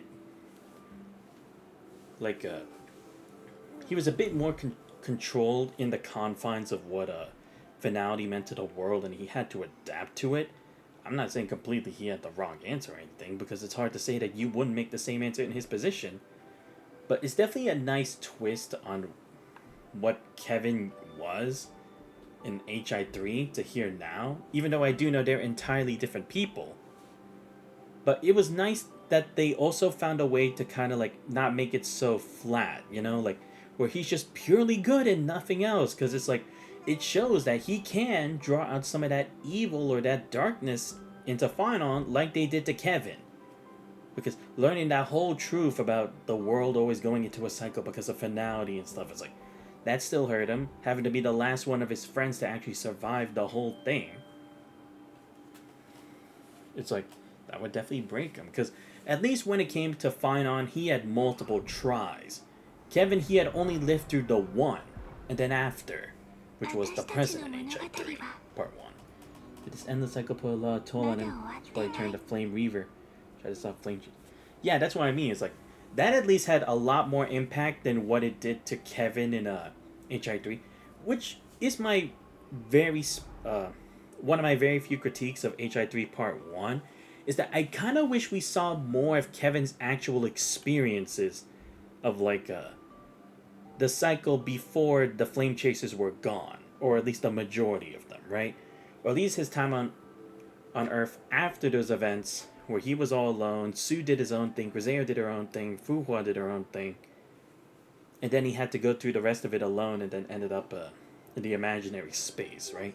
I kind of wish we got a bit more insight onto that to like really see him turn to that dark side. Because again, we saw how young, positive Kevin Kazlana used to be before the whole disaster and everything, and how he was kind of similar to what Phynon has been for a good chunk of the story. But we didn't really get to see that whole like transformation and the process of it, which is what I love with Phynon, right? You get to see that other side of him, which I think is kind of also the point, right? It's like, this is kind of like the missing half of what Kevin Castellano was, but on a different take, in a different scenario in this game, where it's like they're not completely the same completely the same person, but they do have the similarities where it's like, oh, just like how you can connect Alicia and Cyrene almost like the same person, but just different in other ways. It's the same that you can make the point for Phynon and Kevin Castellano. Not definitively, but at least to a certain extent. Which is what I really like about Phynon. Because look, when it comes to the Trailblazer and getting his way through like miracles and stuff, like it's not the same, right? Everyone who wants to be the main character doesn't automatically get like, oh yes, work together, we win, or at my almighty power, I can win. Sometimes things don't always work out for the hero. It's a shame, it is, but it's true. That's the reality. And actually seeing Finon entrust that role to someone else was really powerful to me. It's not always sunshine, maybe exactly. But anyway, like I said, the passing of the torch to become a hero to the Trailblazer, I really liked that, you know? Because Kevin, he decided to be the one to create the solution. No one else, no exceptions, just him and his way, right? Again, it's understandable how he reached that conclusion based on everything that happened in part 1 in HI3. But it's like, could you really be completely happy with that? But again, I'm not going to say it was the completely wrong answer either, because like I said, his circumstances were completely different. But actually see Finon to have the maturity and the acceptance to pass on the torch to someone else. And that trust too, because that was at least part of the thing that I was glad that it took a while to get to that point with Finon, is that we had built that trust, with that camaraderie with Finon, to the point where he's like, I know he's got my back. He's always had my back. There's no way he wouldn't. Regardless of the circumstances, no matter how much danger it is, no matter how impossible the feat may be, he's at least gonna stand there by my side and put the same amount of effort, or even more, than I, Finon, would put in. You know? And that's what he wanted, right? He wanted a friend who could stand side by side with him. It's like, not the other Flame Chasers would really give him that. Not that they wouldn't desire to, but just because, again, like the original Flame Chasers in HI3, they're just unique individuals working together for the same goal. But they're not the best of friends. That is the fact. And to see that kind of turn around here, where it's like, we actually get to input to be that friend for the guy who wanted to become a hero. It's kind of at least a good way for, like, Kevin didn't have to be alone in reaching a conclusion to save humanity's, or quote-unquote, civilization. It's a different answer from that. Again, a completely different problem that existed, but similar to the extent where it's like, maybe this kind of solution could have created something much more positive in the end. But again, that's all in, like, perspective sake. So again, I'm not going to say, like, it would have completely worked out for him, but it's nice to kind of see, like, in a different way, he gets that other chance, right? That other chance for a more peaceful resolution that he could accept and be happy with. Which is kind of why I like that little battle in the end with Kiana and Kevin through the Kazlana bloodline, because that was him passing on the torch to Kiana to protect the future that they have fought for, you know? Especially with them with the baseball bat, too. Oi, しっかりしろ。ダメだ。まずはここから離れないと。待っていろ。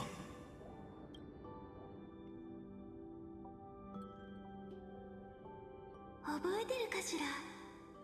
開白の黎明が長い夜を切り裂いたあの瞬間を。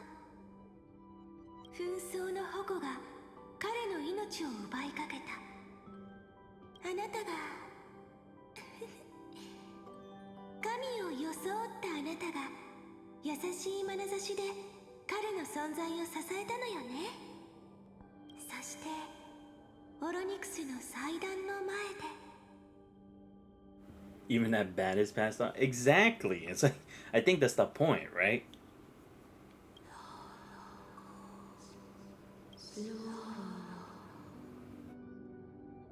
歳月のタイタンでさえあなたの姿を見間違えた。まさか私たちの出会いにこんな秘密が隠されてたなんて。あなたを見るのはこれが最初で、そして最後ね。 Look back to the moment we first met.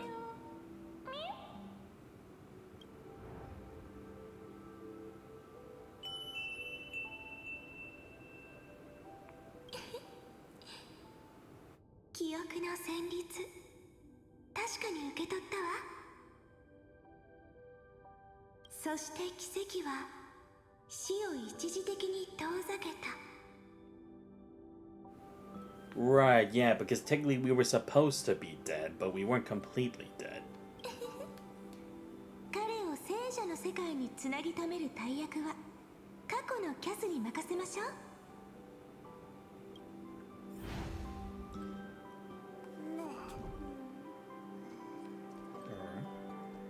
Cast ripples and initiate the second gaze backward. Alright.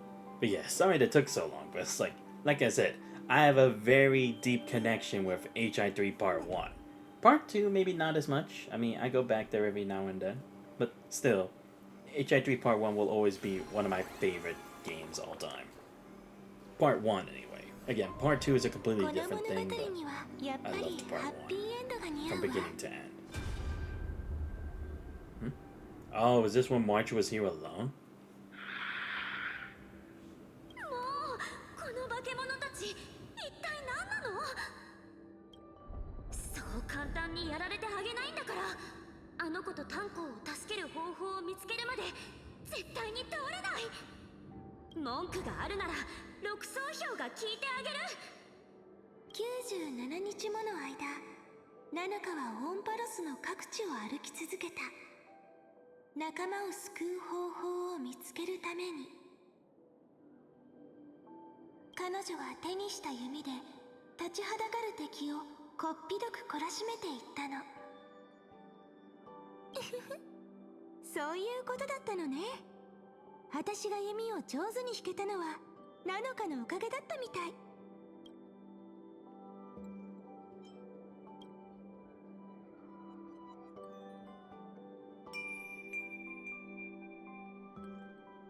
素敵な音色、確かに受け取ったわ。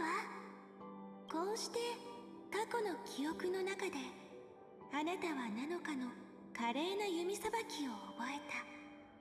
金色の炎を宿したその矢は未来で星空をかけ、銀河に暁をもたらすわ。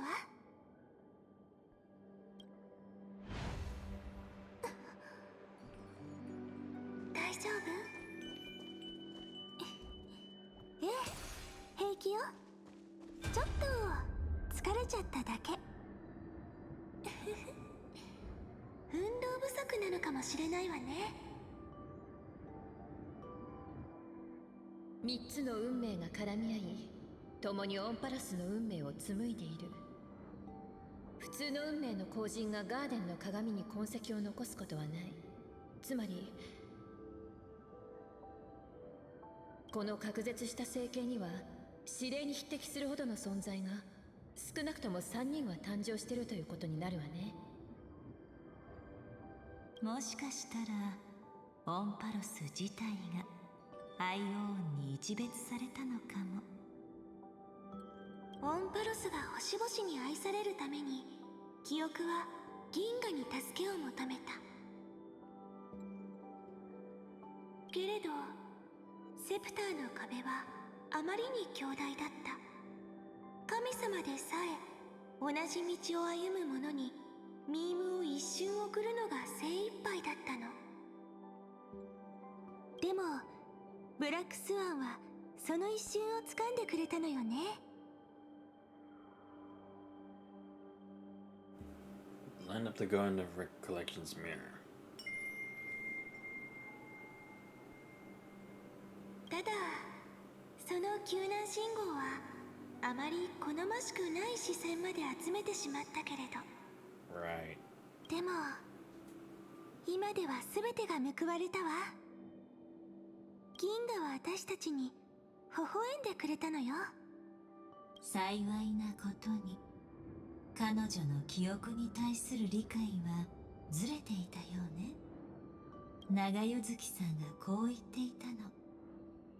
記憶はオンパロスに味方しているのではなく、ここで策を練り運命を飲み込む準備をしているのだと。その推理は確かに筋が通っていたけれど、ただこの物語における人の限界を見誤っていたようね。もしかしたら私の心の中にも企みが隠されてるかもしれないわよ。これからも彼の力になってあげてね、ブラックスは。やっぱり過去を振り返るのって心に重くのしかかるのね。それに体力も使うわ。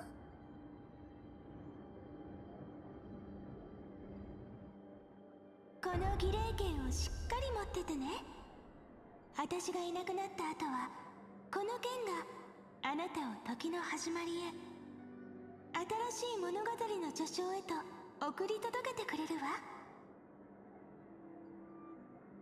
その物語の中で、それか数えきれないほど似て非なる物語の後になるかもしれないけど、みんな犠牲になった仲間たちも含めて、私たちが子供の頃に憧れた救世主と一緒にもっともっと広い星空の下で再会できるって信じてるわ。たとえ僕たちの力でこの牢獄を破ることができなくとも、僕は待ち続けよう。いつかこの長い輪廻に終止符を打ち、オンパロスの運命を結末へと導く人が現れるまで。気づけばもう運命の分岐点まで戻ってきたわね。かすかな希望を頼りに、私たちは3000万を超える徒労を抱きしめて永劫回帰の幕を開けた。あの時夢の中に現れた神様が薄い水晶越しに私を見つめてたのを覚えてるわ。私、祖が悪意を持った存在なんじゃないかって一時期疑ってたのよ。でも今やっとわかった。彼女はずっとそばにいてくれた。しかもこんなに美人だったなんてね。Weave the dream of a god.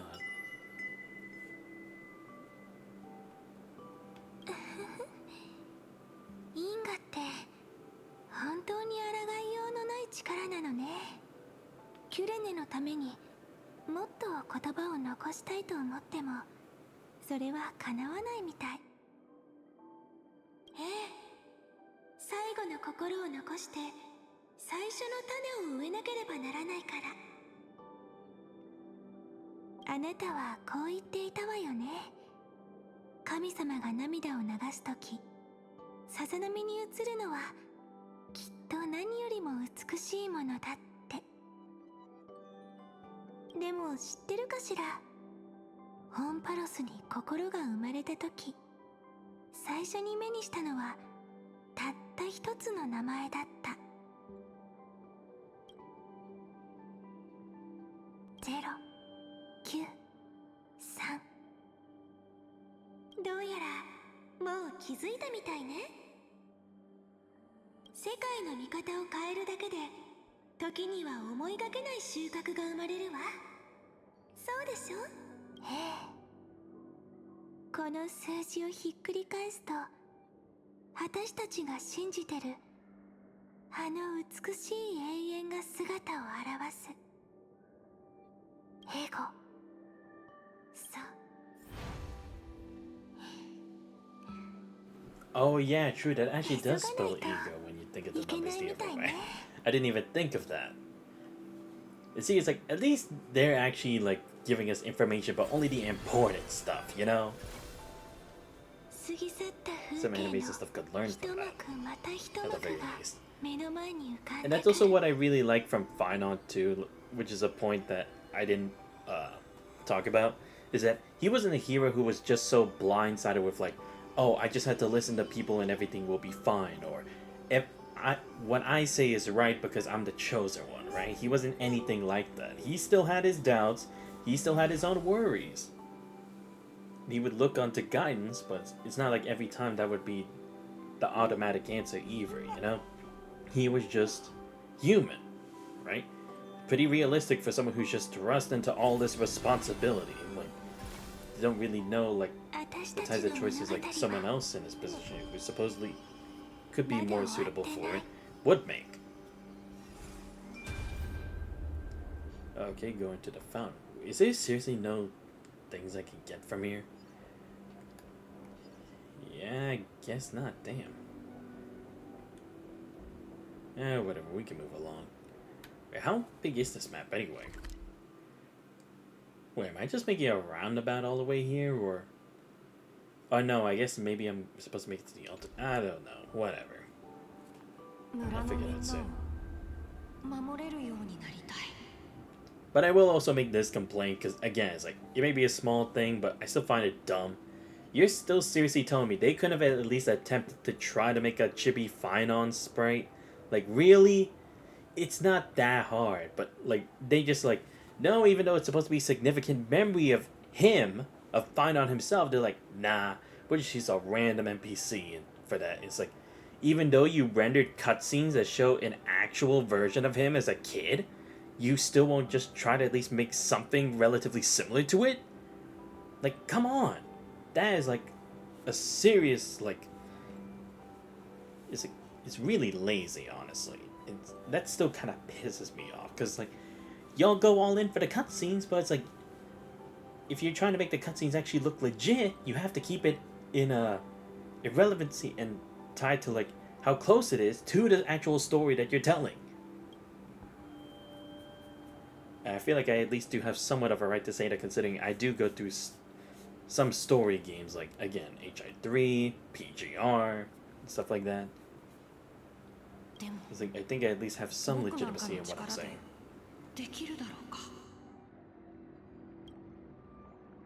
あまり考えても仕方ない。とりあえず父さんに言われた畑仕事を終わらせよう。心の中の英雄は幼い頃から私たち二人のそばにずっといてくれた。ファイノンはいつだって強かったわ。でもあの心に残る一筋の希望がなければ、彼を縛り付ける運命と輪廻に押しつぶされていたかもしれない。その一筋の希望を彼の心に届けてあげられたら、きっとこの先もくじけずに立ち上がってくれるはずだわ。そう、ほんの少しの火種があれば、その小さな光を守り続け、燃え盛る烈日になることができる。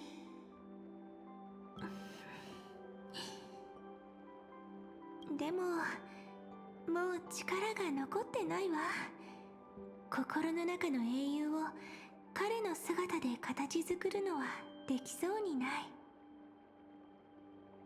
そうだ、それなら彼に信託を残しましょう。Claim a pale dawn. その願いを胸に歩んで闇を切り開く旧世の英雄になって、信託が示した通り、汝は開白の黎明が訪れるまで灼熱の太陽を背負い続けるだろう。進み続けるの。この世界を背負って開白の英雄、無名の救世主が黎明をもたらすその時まで。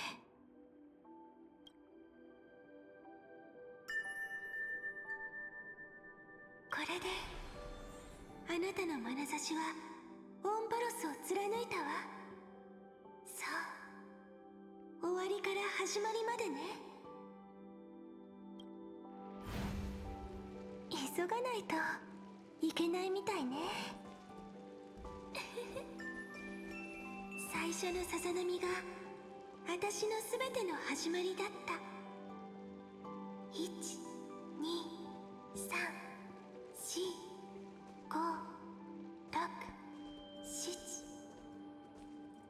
れは記憶に扉の向こうから麦畑の香りが漂ってくるわ。賢いあなたならもう気づいてるわよね。過去をたどる旅の終着点、オンパロスの最後の切れ目、それが私たちの故郷よ。これで帰れるのね。準備はいい？ええ。記憶をすべての物語の始まりに置き、最初の一石を投じれば、オンパロスの最後の切れ目は閉じられ、オンパロスの因果の輪は永遠に銀河に刻まれることになる。もしそれをしなかったら、その時はこの世界も遥か天外の銀河も壊滅へと落ちてしまうかもしれない。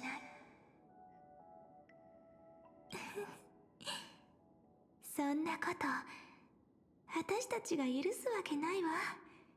そうでしょ？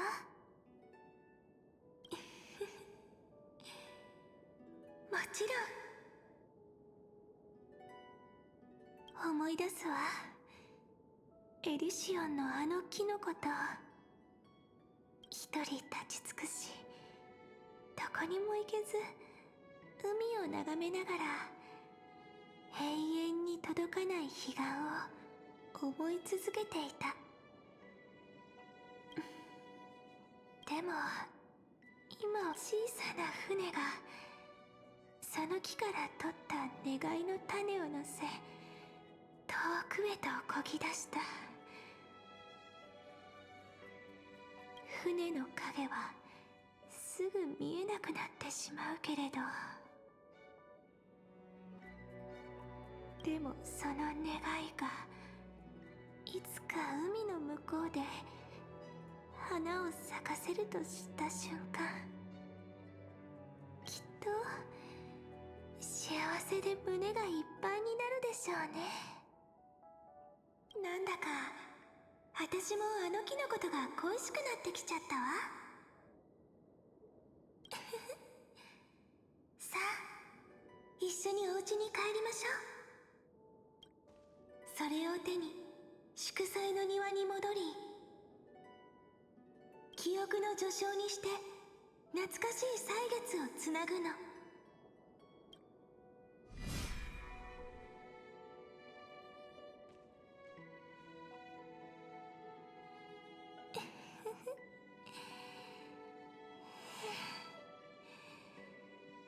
一緒に帰りましょう。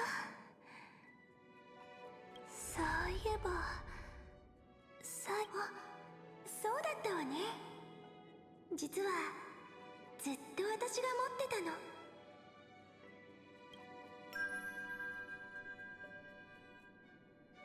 これはド、そして始まりの音、最初の出会いであり、そして終わりでもある。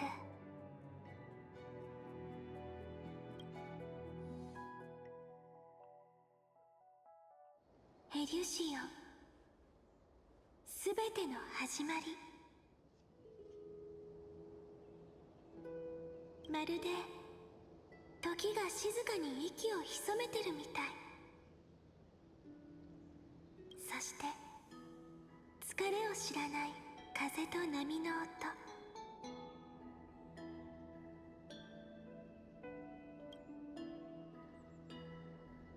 祝祭の庭に着いたわ。ここは私たちが初めて儀礼券を手にした場所。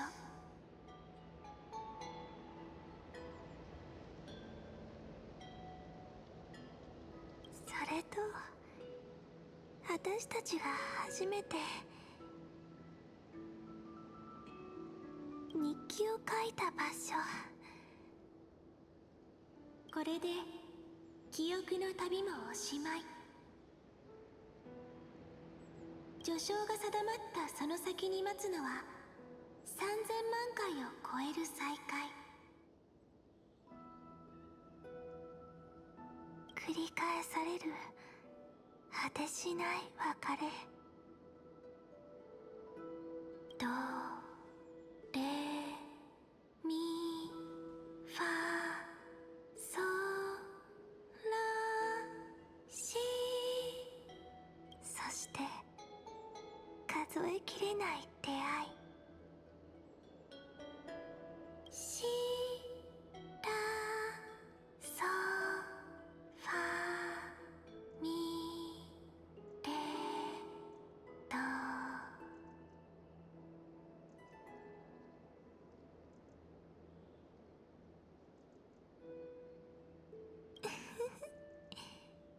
なんて幸せな音階かしら。キュレネのため、救世主のため、オンパロスの枝や葉のために、私はこの愛の物語をここに残すわ。歳月の大河を遡り、未来の風景をここに届けてちょうだい。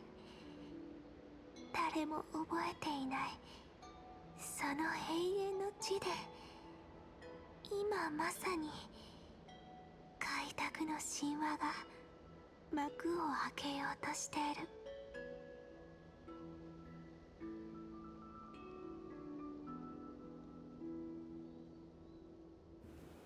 Narrating the Prophecy of Flame Chase.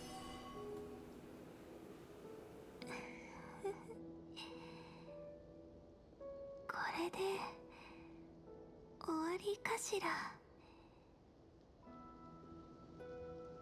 意識も記憶も消えていくみたい。風はこんなにも暖かいのに。どうしてかしら。体が震えてる。寒いのなら暖かな場所を探して一緒に休みましょう。暖かな場所。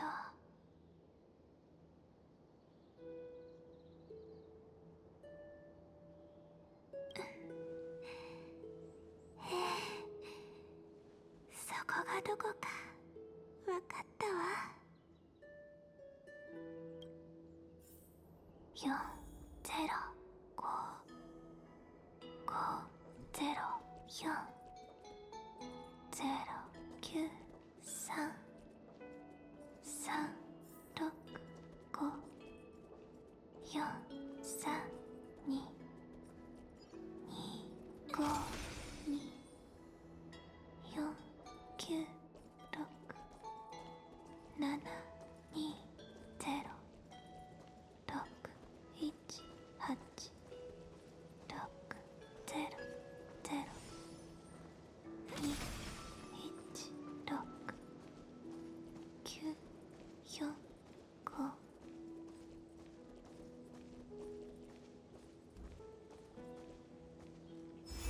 トリスビアス、ケリュドラ、ミツキなのか、タンコ、ヘレクトラ、ヒヤシンシア、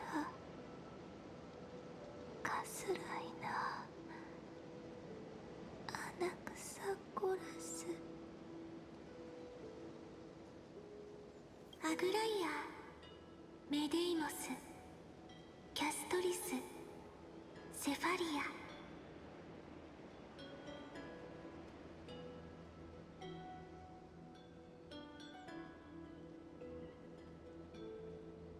キュレネ、そしてあなた。ほら、すべては紡がれた物語に記した通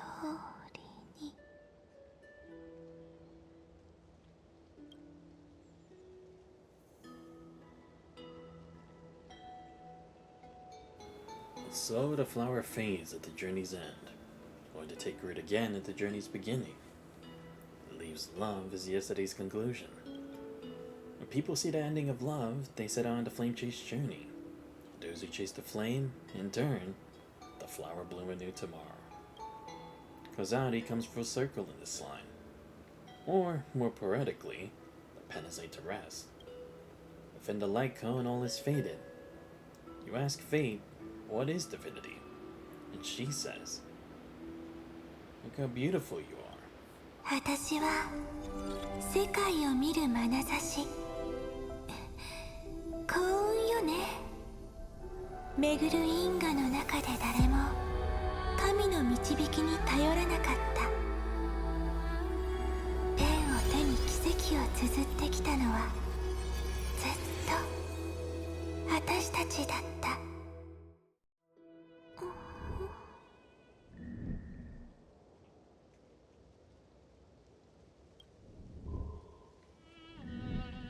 私どうしてまだ。そうだ、モモは。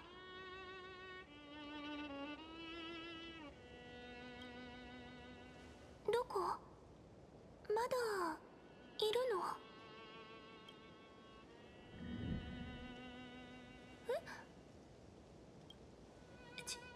小さくなってる？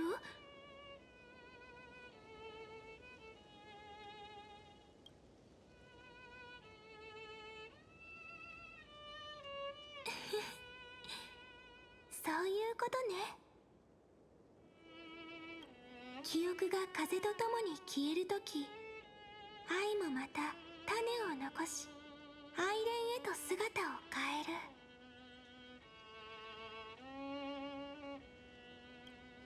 デミウルゴス、キュレネ、ミュリオン。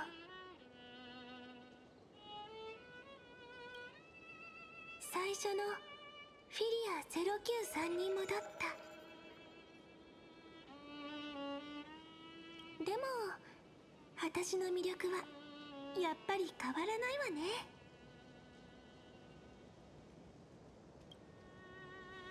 最後のさざ波が大樹に潤いをもたらし、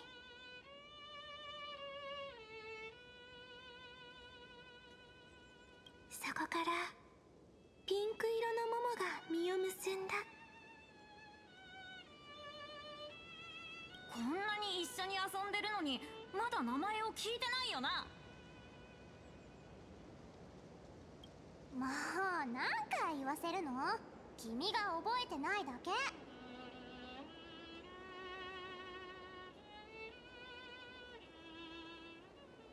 私の名前はリウィア。リウィア。今度忘れたらもう教えてあげないからね。リビアか。覚えたぞ。俺の名前も覚えておけよ。俺は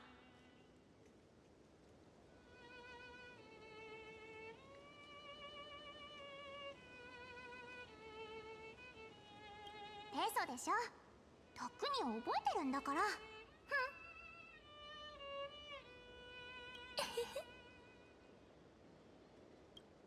そういえばキュレネって名前はペンネームだったわね。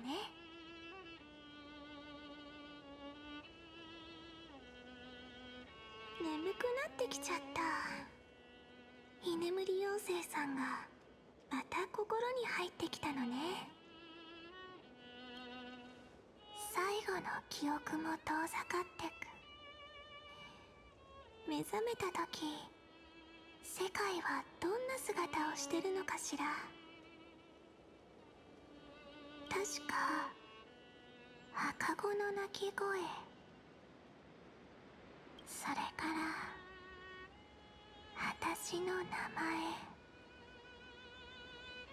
エリュシオンの娘。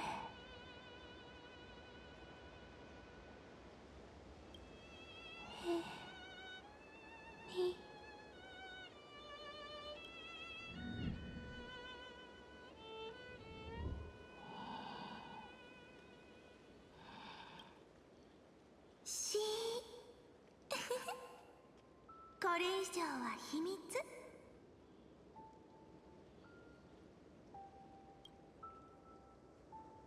同じ種でも育つ土が違えば似て非なる花が咲く。でもその花を本当に美しく輝かせるのは世界中の人々の心なの。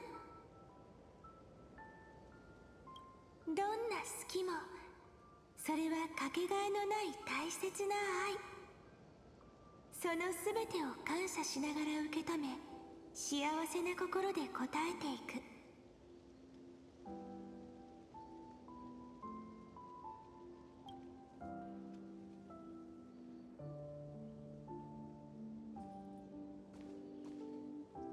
ねえ、私の一番好きなお話を覚えてる？水晶の花が美しいのは小さな妖精の瞳を映してるからなの。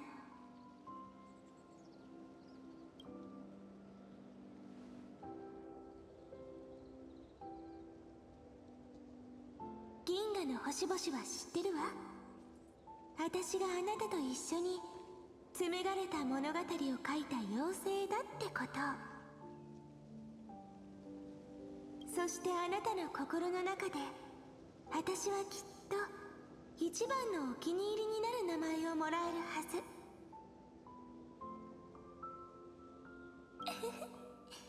だって私たちはいつも心が通じ合ってるんだから。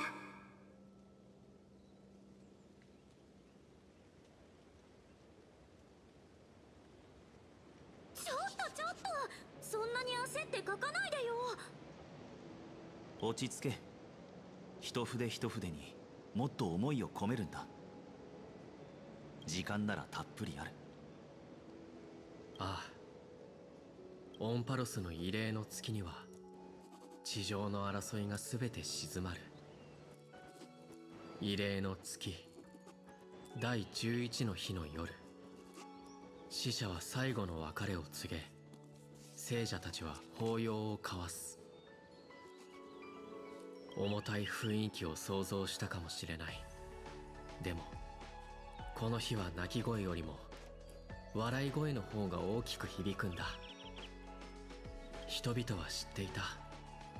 別れは次の出会いのため、悲しみはより深く愛するためであることを。だからこそこの日は彼女にとって一年で一番好きな日だった。同じ一つ空の下、月が満ち欠けを8度繰り返す間に、13人の英雄たちが壮絶な女子誌を紡いだ。1に8を足し、さらに13を足せば答えは2つの11になる。ここからはキュレネの口調で書いた方が良さそうじゃない？同感だ。それから1を加えましょう。今までとは違う1、前へと開拓を続ける1を。11月12日、3000万回の命の中で灯った13人の英雄たちの一つ一つの火種が群生の間に広がることを私は願った。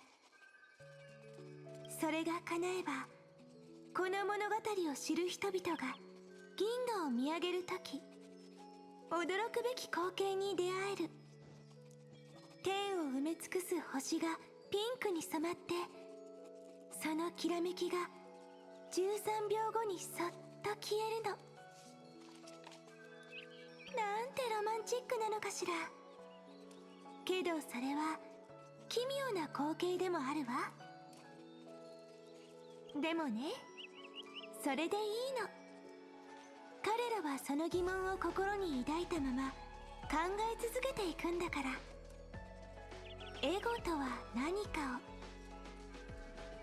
彼らは愛し傷つく。彼らは怒りを覚え、3000万もの挫折の中で砕けた心を何度も何度も繕っていく。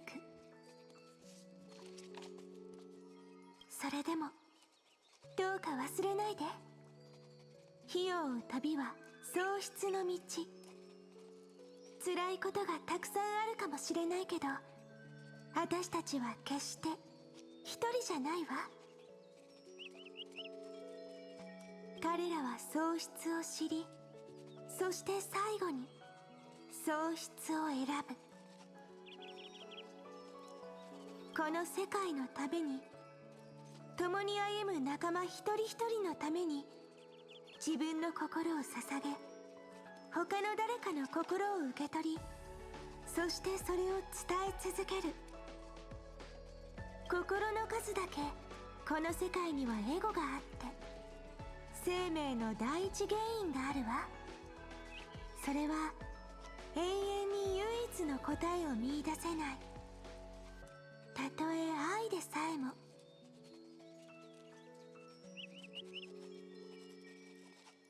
でもね、人々が夜空を見上げ、星々をたたえる決意を胸に、消えゆくすべてを愛そうとするとき、その優しいピンク色で、愛は必ず答えてくれるわ。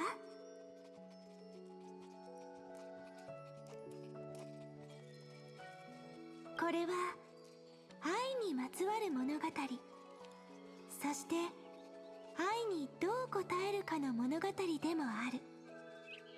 私たちが紡いできた物語も、あなたがこれから紡ぐ物語も、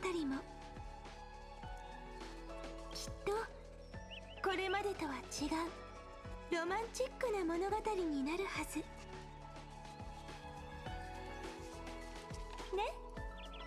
そうでしょ。ロマンチックな物語ならやっぱりハッピーエンドじゃないとな。もっと自由な発想に満ちた結末を迎えた方が断然いい。伏線と物語の筋道が全て結ばれ、言葉を紡ぐ筆が自由になった今、ありったけの開拓の信念を込めて、最も純粋で鮮やかな終止符を打とう。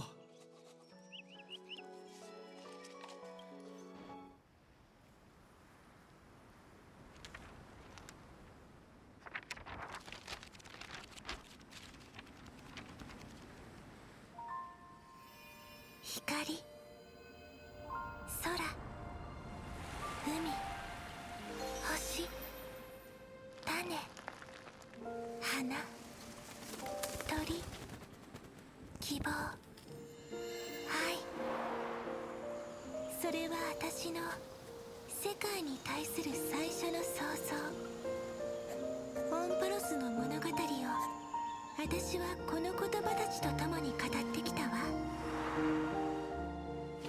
そして最後に明日についての物語、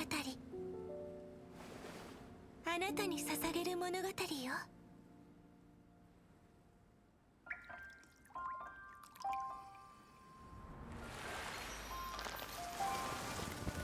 Once upon a time, morning glow, scattered light, shone on you and I. The fading palms, frozen rhymes, are traces on the breeze, whispers of past reverie. Please let me linger for now, enveloped in your sound. Love on the pages, the ink our stories penned. No matter how it ends, I'll do it all again. Oh, stay true, blossom as spring renews, dreaming colors every hue. Tomorrow's eyes to tomorrow's life, while walking step beside you. So stay true. The winter's rhyme anew, woven memories are blue. Like a melody, sing a song of reverie.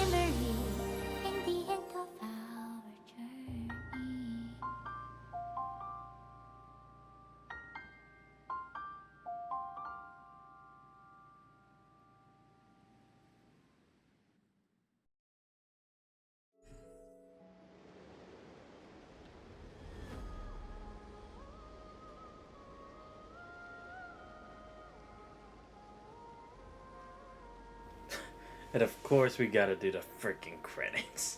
Like, why the fuck am I not surprised? Okay, and seriously, why the fuck are we still putting question mark as March 7th? Like, really? God damn it. Oh, and is it, I guess because you couldn't really tell who was who. I guess, I don't know. Fuck it.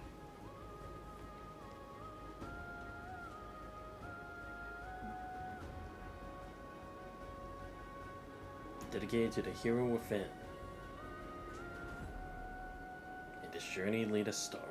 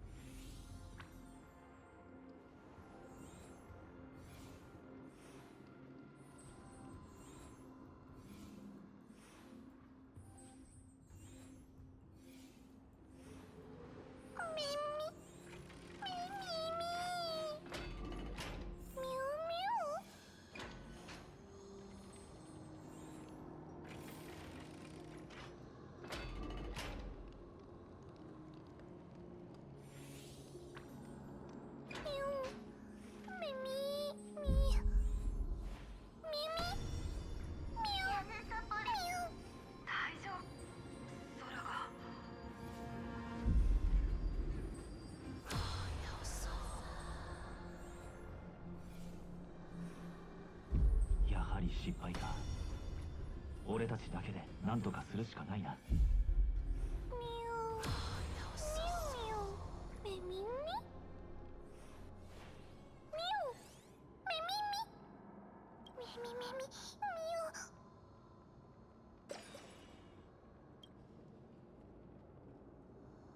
まずは安全な場所を見つけて拠点にしよう。周囲の建物や彫像を見る限り、オンパロスには間違いなく文明がある。だが、ここの人々が俺たちに友好的だとは限らない。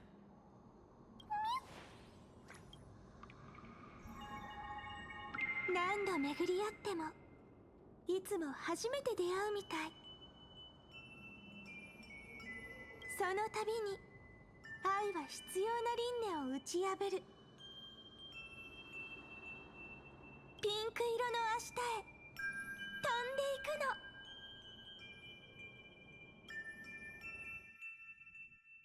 の。まだ早いし、どこかへ行こうか。Tomorrow becomes yesterday.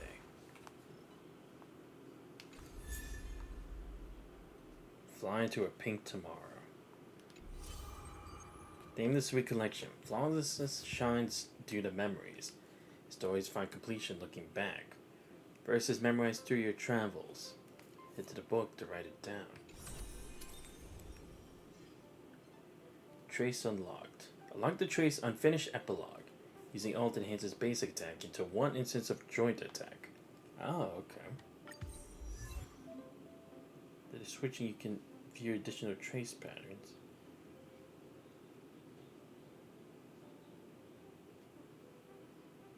Oh. Okay, well, might as well check it out. Let's see, remembrance.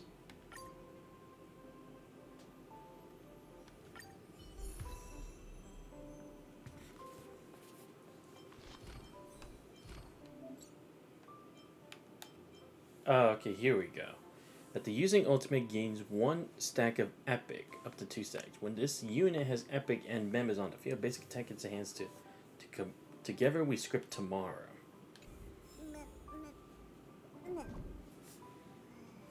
Okay, what else we got now? Wait, is that actually it? I mean, it doesn't necessarily feel like a conclusion to me, unfortunately. I mean, I don't know. Delay compensation. Apologies for the poor experience inconvenience caused by the extension of 3 pool. Well, thank you. I'll at least take that. I would like a guaranteed free 10 pull, but whatever. Is there anything else to do, really? I want to make sure I do, like, everything before my final thoughts. Oh, right, missions. It's not called quests. Let's see. Is there anything else here? Just want to make sure. Okay, Fate's Atlas. Tomorrow became yesterday. Here we go. As I've written, head to the designated location and forest beyond time and eternal page. Alright, sure. Why not? Don't know what exactly would be there, but... Oh. Neat.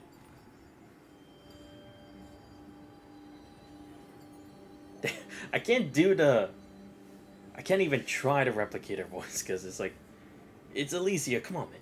Miss me yet? Welcome to the story we wrote together. This page of eternity exists because of you. So shared memories. The young girl smiled faintly. She'd foreseen that at this moment you would hesitate, sigh, or pose a question. A moment later, you too regained your senses. Her before you was nothing more than an ink trace left from the past, able to carry on a message, unable to exchange words. Sorry, this was the only way I could leave you a message. Santos, we come such a long, long way together on the path of remembrance. Even though the voice in my memories will forever continue its cycles, sealing the Iron Tomb in the past. But those who remember you, this story, this eternal garden will always stay by your side. As I've written, continue to trailblaze with the Astral Express. Or pause for a moment, blink your eyes.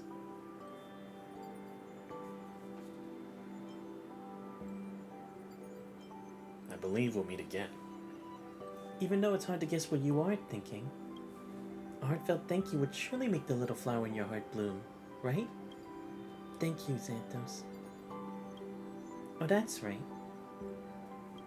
If you have time, can you please visit me in the little village in the memory? Who knows? I'd prepare a little pink present for you. Huh?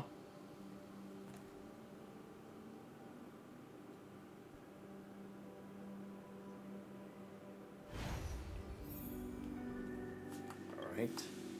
Let's see. Oh. Go back here.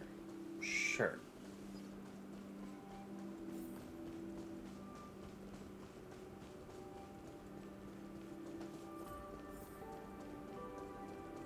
Oh, am I going all the way back up there again?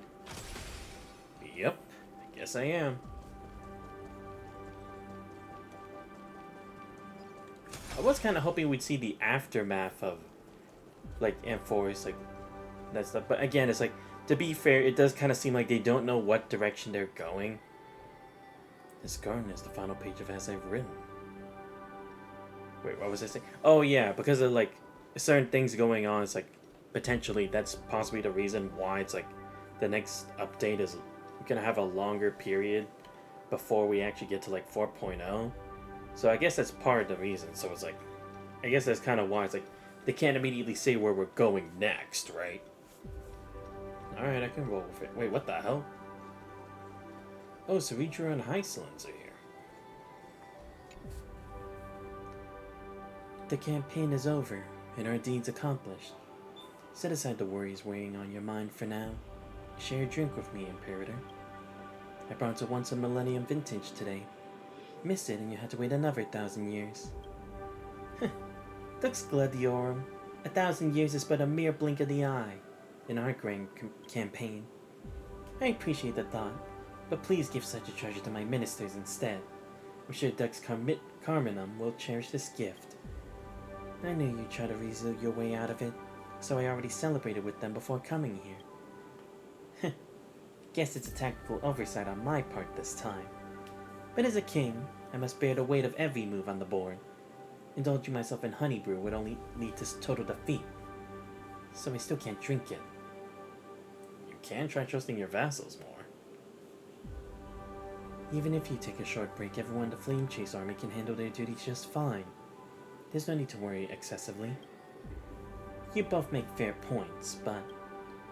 well then, no need to force it. Seems this fine vintage will just have to be enjoyed by us alone, little Grey Fry. I gotta force it upon you after all. Oh well, clarity of mind is important, but to spoil my dear subjects' joy in the feast will be a greater loss still. Well then, here's to Amphoresis tomorrow. Quite the astringent bite. Ah, that's funny. ここの日の光は炎よりも明るいようだ。 Is there anything you want me to remember? Ah, damn it, I don't have to think. Bitch. 魚は今、ようやく心安らぐ入り江を見つけた。 Fill her up. And as the spirit, a honey brew should indeed be down in one go. Wow, that's another side of the Imperator. The higher you stand, the easier it is for people to see you only the mantle of power, overlooking those small yet ordinary details. When you have time, little Grey Fly, do chat with the Imperator more. Catch up with you later. Wow, I gotta say, this is actually kind of a nice view, though. Like I said, I'll finish this and then, we're getting to, the conclusion. You see, the nebula blooms with radiance, tracing the silhouette of a garden. Newborn world is about to sprout. The scene is the ending of As I've Written, and also the origin point of the Enforce in the real world. One day it will give birth to true life. The people in the memory will be born one by one, waiting for you tomorrow. The stars breathe soundly, saying that the fruit of Amphorius have been planted. But what about its cause? Till that day comes, the journey continues. Endless possibilities unfold beneath your feet, and only the memory. Only the memory remains in yesterday. Perhaps there's still something I can do. Call the promise of Trailblaze. The story of Flame Chase will echo across the stars. People will remember that Amphorius was a brilliant, magnificent world. You'd think. You can let more people read As I've Written, preserving the memory of this world. You do this, the causality will become more stable. Can't be certain, but I'm willing to believe. What matters is that this is a promise shared between you and many others. Perhaps it's time to fulfill my promise. Okay, sure. Yeah, I guess I just teleport here.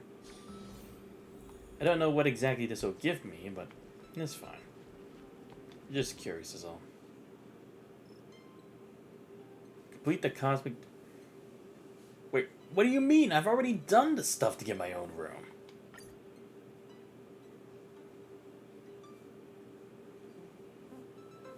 Fine, just go already. Yeah, seriously, it's like, I've already done this stuff. What do you mean?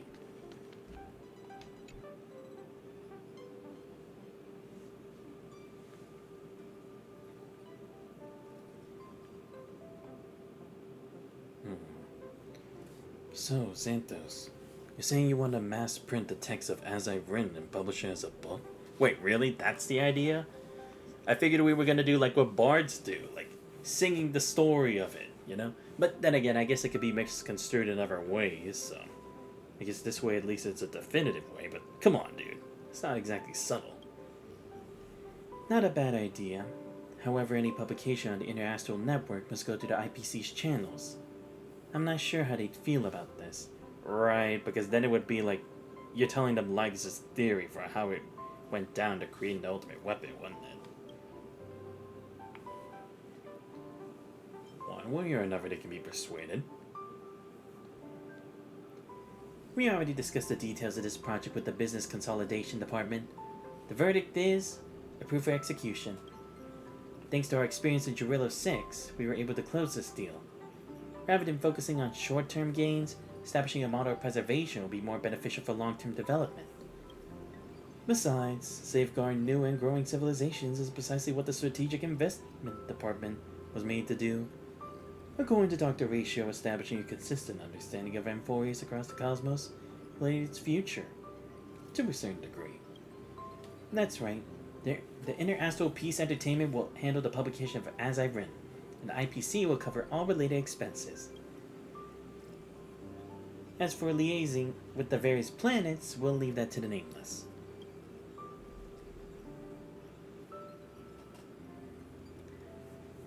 I see you've long been prepared, as expected of the throne of worlds of Amphorius. Perhaps soon it'll be time for the young ones to take charge of the Express. Don't sound so world-weary. Well, we've got plenty of youth left. Even though the IPC is helping you out, knowing you definitely want to go check it out yourself, right? Go ahead then. Sow the seeds of civilization. Create a story that belongs to you.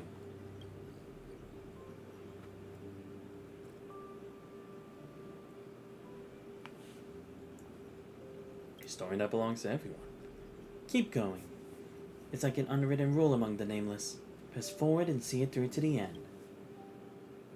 Time is of the essence. The bell bell. Wait, really? This is what I'm doing? このまま一緒にいましょうね。 Oh, okay. I was thinking there was something else going on in Forest. So again, it's like, it's not really that it has like a solid form or anything, right? It's just like something that will be later on, I guess? I don't really get it. Okay, let me see. Where was that place I was just at?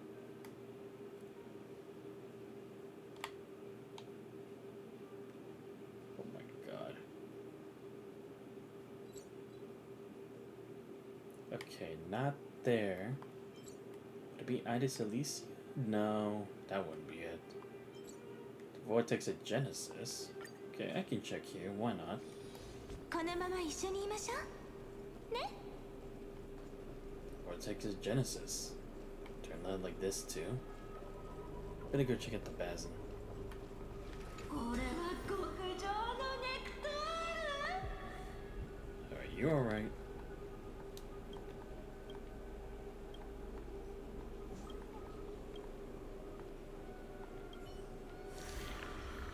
What the heck?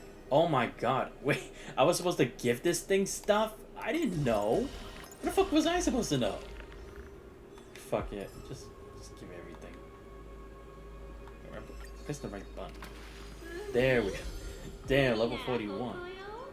I seriously did not even know this was a thing. When was this added? Like seriously, I need to know. When the hell was this added before?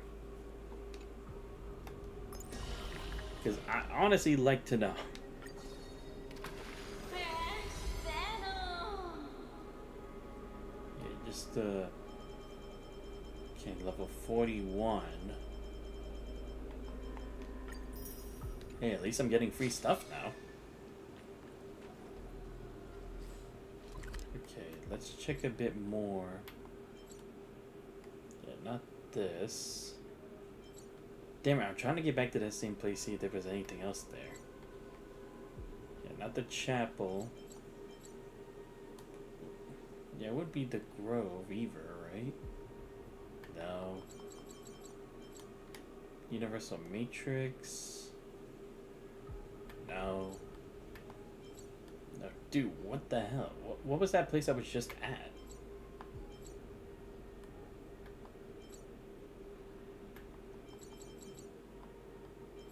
Oh, okay, this.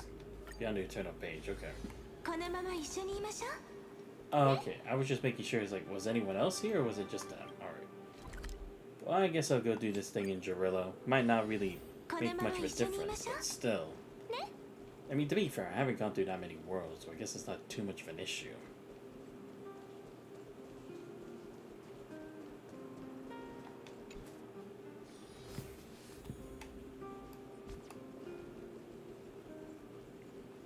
Brad, I forgot there's stairs here.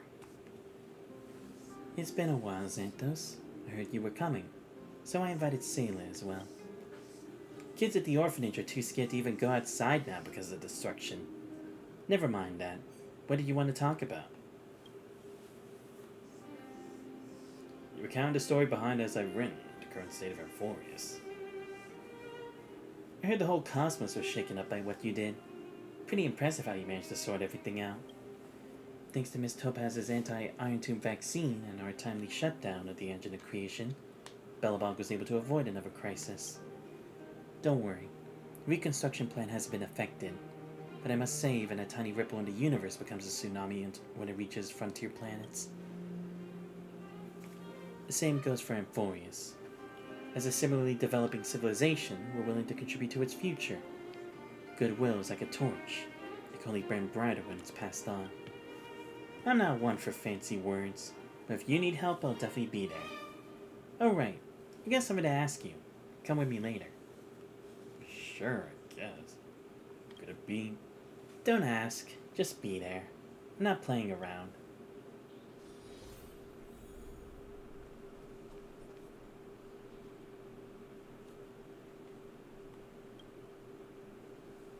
Look, what are you... I heard from Claire that she was using a Diggertron to help with mining, but the power was too much and she fell and broke her leg. I'm afraid she won't be able to take interstellar flights anymore. She wants to hear your fresh stories from beyond the sky, so she won't have any regrets. Wait, seriously? Nah, you're capping, right? Come on. What did Dr. Natasha say? Just take it as the truth. Don't worry too much about the details. Well, since you all say so. Tell the story as I've written the hook sentence by sentence, especially those thrilling adventure parts. Naturally, done the voice of a bath spray. Really?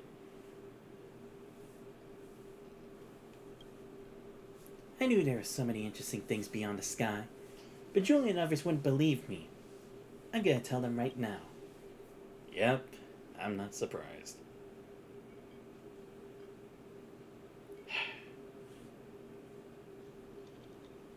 Runs even faster than me. Perhaps your story was so fascinating that it cured her without any treatment. I admit I was just playing around earlier. She just wanted to see you. Children are all like that.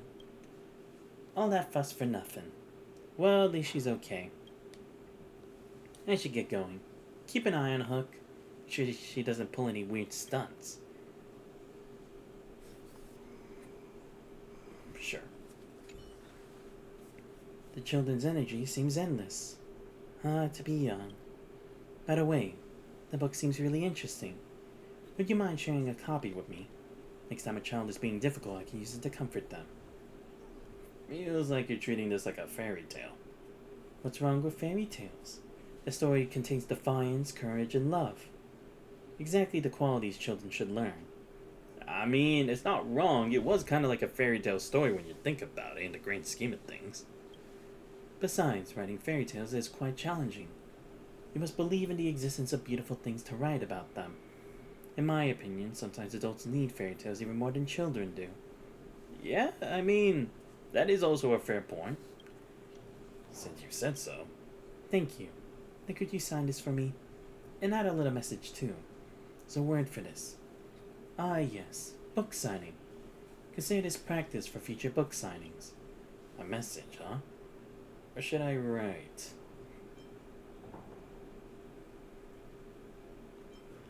This is the story of Amphorius. Well written indeed. This makes me the first owner of your exclusively signed copy. I pass this book down through generations. 500 years, 1,000 years. As long as children keep growing up, and children's children have children, they'll never be forgotten. After all, some things must be remembered. Like that Supreme Guardian. Like all the acts of defiance that occurred among the stars.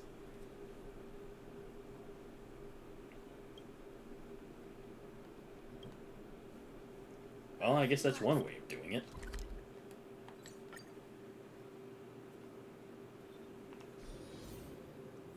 I heard Foujon was also in that battle.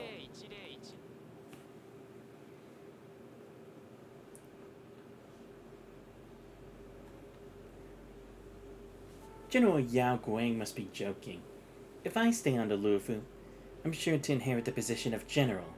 If I transferred it to Yu Gui, I'd be nothing but a mere master diviner for life. How can I not see which path holds more promise? Junior Sora's optimism is truly delightful. Looks like optimistic general is a Luofu specialty. Santos, what perfect timing. I was just about to visit the Astro Express. What's the matter? Recount the story behind As I've Written in the current state of Euphorius. Before obtaining this book, I only knew that golden blood was reaped in this battle, and thus it was deemed a great victory. I did not know that within that golden blood lay such a stirring and tragic story. Shortly after the fall of Iron Tomb, the Alliance gathered all the generals to discuss their next course of action. The records in this book should provide them with additional support. Yeah, I guess in an analytical point of view, it does give them, like, a better idea of the circumstances, right? And also, like, just how, impactful this battle would have been had they failed, right? To show them, like, cooperation with the Astro Express has been beneficial to them. Not to mention what measures they can take for future stuff. What should we do? Rest assured, whether through opera, storytelling, or crosstalk, Lufu never lacks ways to spread stories that capture people's hearts. Besides, the Alliance has been fighting battles everywhere in recent years, and there's been plenty of tales about their valiant victories. Yeah, actually, now that I think about it, yeah, there's always about, like, tales of warriors and such, so I guess it would actually fit perfectly here. The word hero already carries weight in people's hearts. The faithful adaptation of this As I've Written within the Alliance is most definitely assured. But from what you said, if we want it to be remembered throughout the cosmos, Lufu alone may not be enough. This matter requires the Skyfaring Commission's assistance. Go talk to Yukon. I'll inform her of the full situation. Damn, so I'm literally just going around spreading the book. Damn, it's like a guy trying to preach the choir.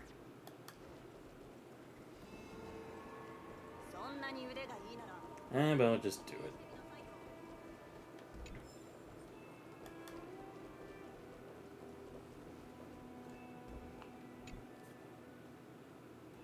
A false sky sealed by a pantheon. An exploration of challenging taboos one after another. Sounds like some kind of fable.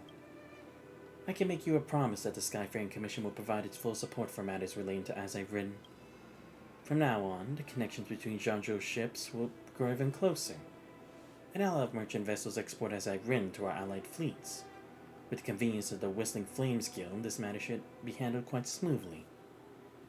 Though the Lufu emerged victorious in the Battle of Iron Tomb, we did not escape unscathed. A safe return is truly a blessing.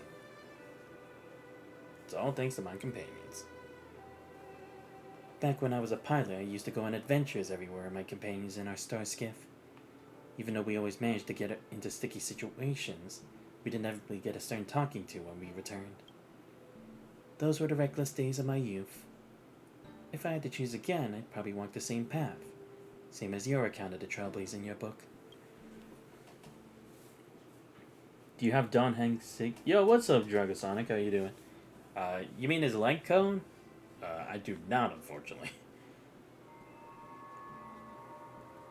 Because, like, I can only pull for so many things, you know? So it's like, I'd rather save up for, like, stuff I do need. Because, don't get me wrong, Don Hank is not bad or anything like that. But it's like, I have other characters I kind of want to pull more for. Instead of, like, making sure I perfect what I have now. Because, like, light cones, I can just pull those more at any time. Whereas, like, there aren't characters. But it turns him into a healer and makes him more of a buffer. Okay. I might have to ponder that for the future then. But again, it's like, I really want to enhance my dot team, so I want to save for Hysolins. But at the same time, for teams who are memo sprites, like Castoris, I kind of want to get Sunday. But again, it's like, you just have to think about, like, how it would be long term. But you make a good point. It would be very useful to get Don Hen's signature. I'd like to ask you a personal question. What do you think about this journey to Euphorius? Good question. An unforgettable journey. And what an unforgettable journey it is. I can tell you'll cherish this memory for a long time. Memory is quite a peculiar thing. Sometimes even I think it as a prank. Whether Foxians, the Celestials, or Vidyahara, they all possess lifespans far beyond those of the short-lived ones. For us, history feels like it happened yesterday. So that's because the memories of war remain vivid that the Alliance stays. Oh my god, I'm going home. So it makes his ult heal 10% of his attack stat. And mine is 5,000 attack, so mine heals 500 HP. It's a preservation. Oh, okay. Dang. There's still a decent amount of healing. I might have to look into that a bit more. Look at me. What am I saying? Be it aeons or the war, these topics are too grand. We shouldn't let them consume too much of our thoughts. Regarding as I've written, I'll do my utmost and won't let these heroic deeds be buried by the stars. Cool.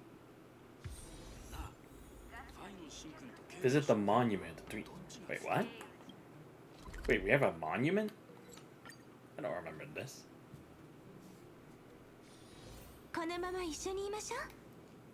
Oh, right. For them. Right. How the hell did I forget that? The ones who stayed behind.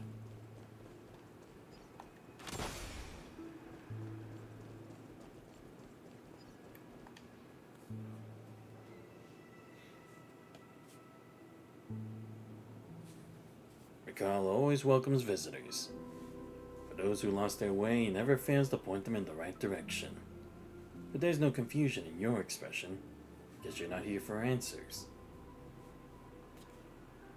I'm here to tell a story. That's right. Together with another author, I wrote a book about the Trailblaze journey. This time I'm here to tell that story. I want to share this experience with those who came before.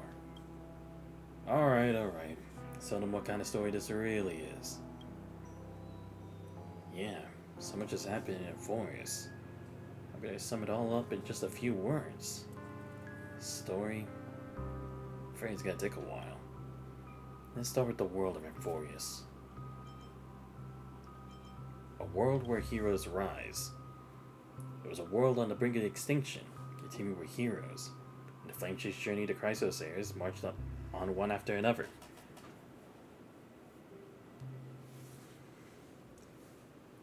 While mortals stood united. It's an ode celebrating humanity, a hero's journey. And now for the meaning of this journey. Let the closed world embrace the stars. Before your arrival, Euphorius was virtually unknown. Using the Express, it broke free from its cage and raced towards the stars. Trailblaze isn't just about moving forward, it's also the responsibility of connecting worlds.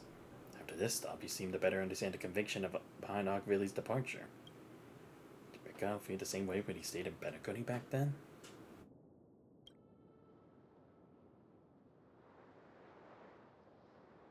Looks like this Trailblaze.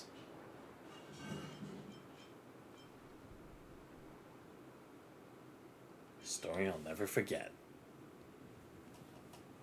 So I get Hyacinth in order to finally get my first 12-star Apog Shadow run back when it was Pollux and that negative HP gimmick. After that I managed to get her Sig. Pretty good.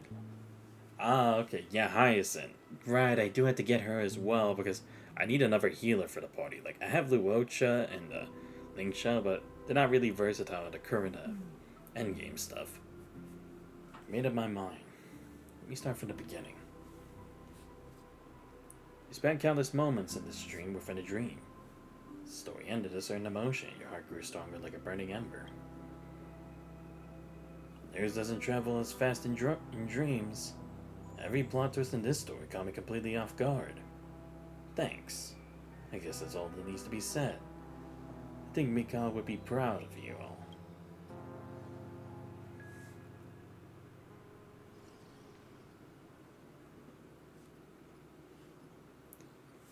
The journey against the destruction, and the stories behind it, should be known by more people.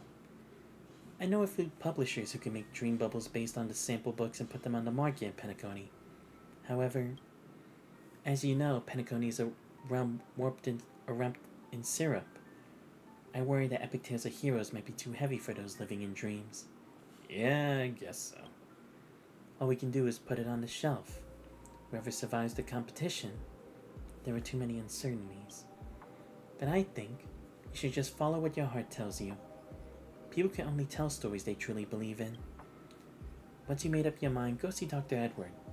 Or convince Mr. Audie to help out. Penacony dreams must conform to reality. As I've written, is no exception. Who you choose? Like for you, this is a dreamscape where furniture can talk. Wanna hear what they do? Really? Okay, listen to front. Yeah, you know what? We've done weirder stuff before.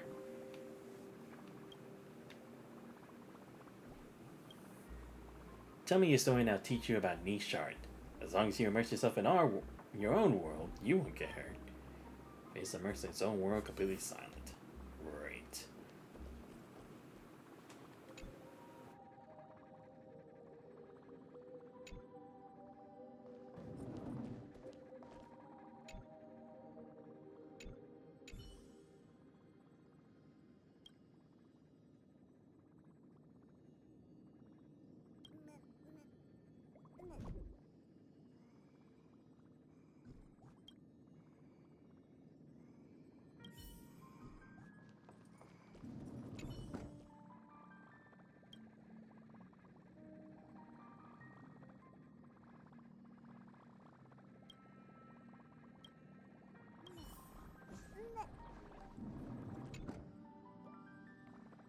Take the furniture's advice to heart, which provides practically zero guidance. It's up to me to make the final verdict. After all, I'm the one who lived through the story. Should I make some changes? As you know, nothing's taken seriously in Penacony. Even heroes' tales of blood and tears are just casual gossip for dinner. Remember Clocky, Brother Hanu, Miss Note? They were all living legends once.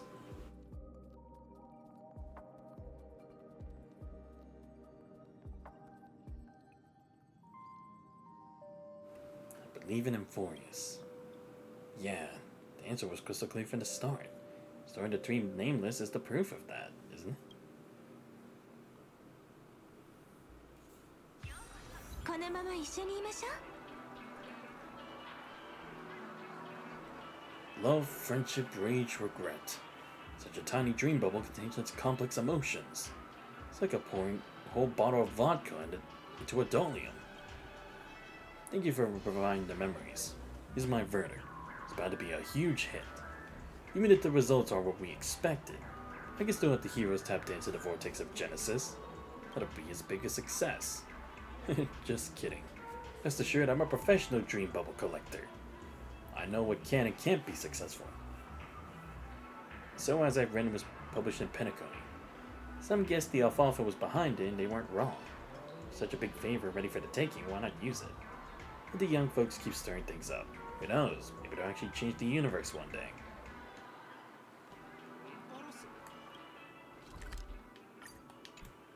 Yeah, just teleport me here. このまま一緒にいましょう。ね? Research still as busy as ever. Yep, space station I know.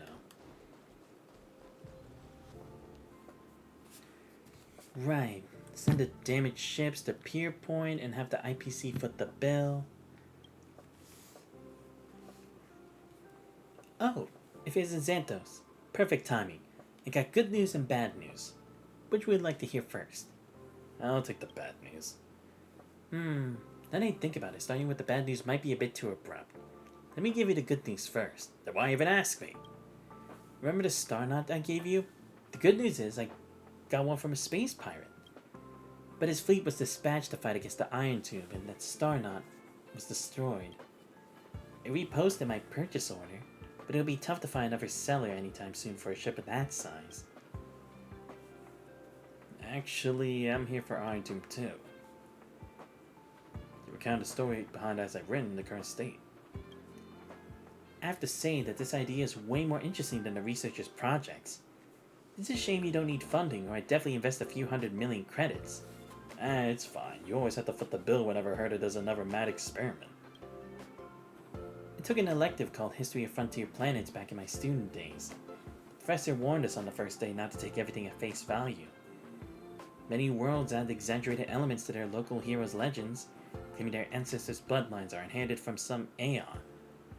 Eventually, having an extraordinary origin story became quite the trend. But isn't that how stories work? When enough people believe in them, they gradually become reality. I'll get as I've written added to the space station's required reading list. Researchers may not be interested in mythology, but once they hear it's Madame Herta's project, they'll get as excited as Peppy seeing a spacesuit. Speaking of which, where's Herta? Madame Herta has overexerted herself. She still needs some time to recover. Who said that? A mere Lord Ravager isn't enough to make me overexert myself. I just wasn't online, that's all. The IPC keeps pestering me about forming some alliance. I got tired of their nagging, so I just turned on auto answering mode. Of course. That's what last month's bill just swiped it. Space station still operates like normal and also isn't all that stressed at all. Yeah. Oh right, Santos. I got some more good news. After Iron Tomb fell, the scepter was ruined. Scurry and I managed to salvage a majority of Dina. They're crucial for the newborn Amphorius. Well, let's call it that for now. If things go smoothly, the world's evolution can skip its inorganic life phase and take a big step forward. Besides, the lax extrapolation record, the one when you act as the world-bearing titan, is crucial. The Trailblaze will replace the destruction and purify this world. Screwy signed a special agreement with the IPC. They'll closely monitor the state of Amphorius for a while. So what happened to Serene?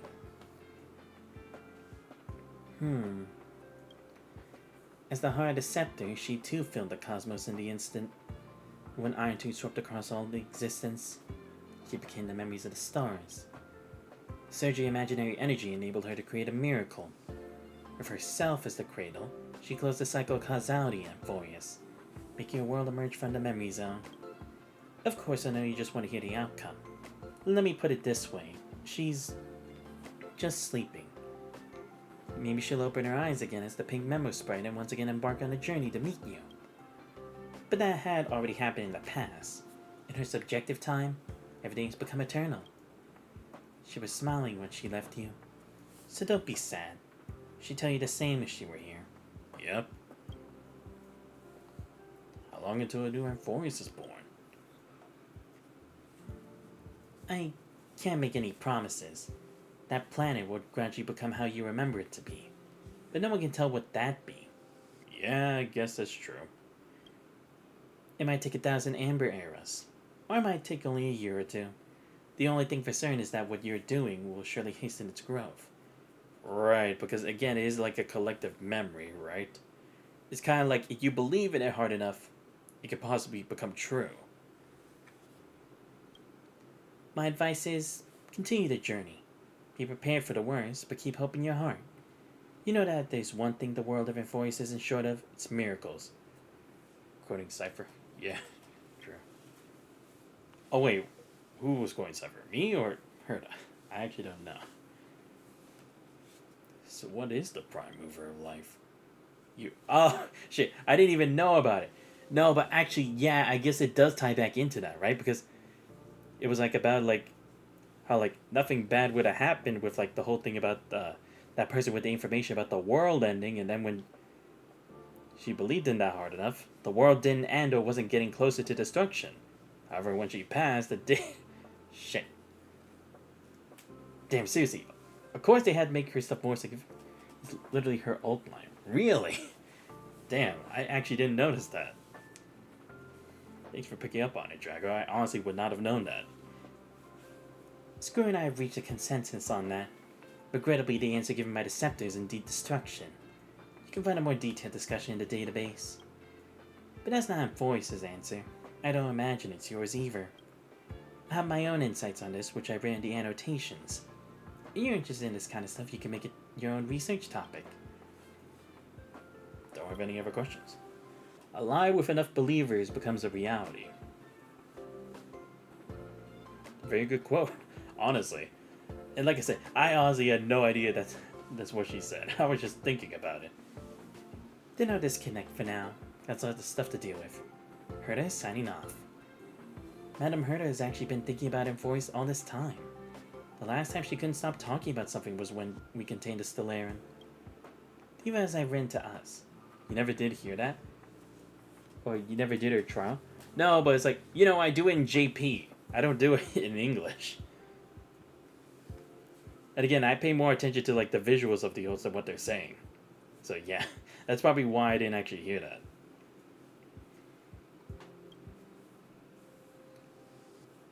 Turn the express and bring this journey to a close. Alright.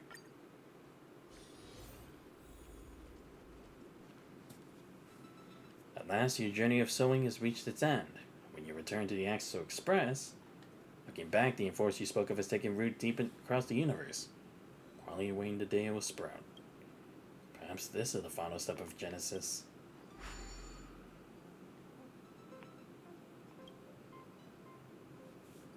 Finish your missions too? Of course. After all, we three traveled through Amphorius together. I ran my heart out for this. I received a message from March when I was leaving Thalassa, so I came back with her. She ran into some trouble on Calcis. Don't even get me started. I'm already shy as it is. And then the synesthesia beacon had to break down. Thank goodness Don Hung can speak the Clayese language. Also, I discovered a new species resembling chimeras on Spindle 3. There are no prior records to it.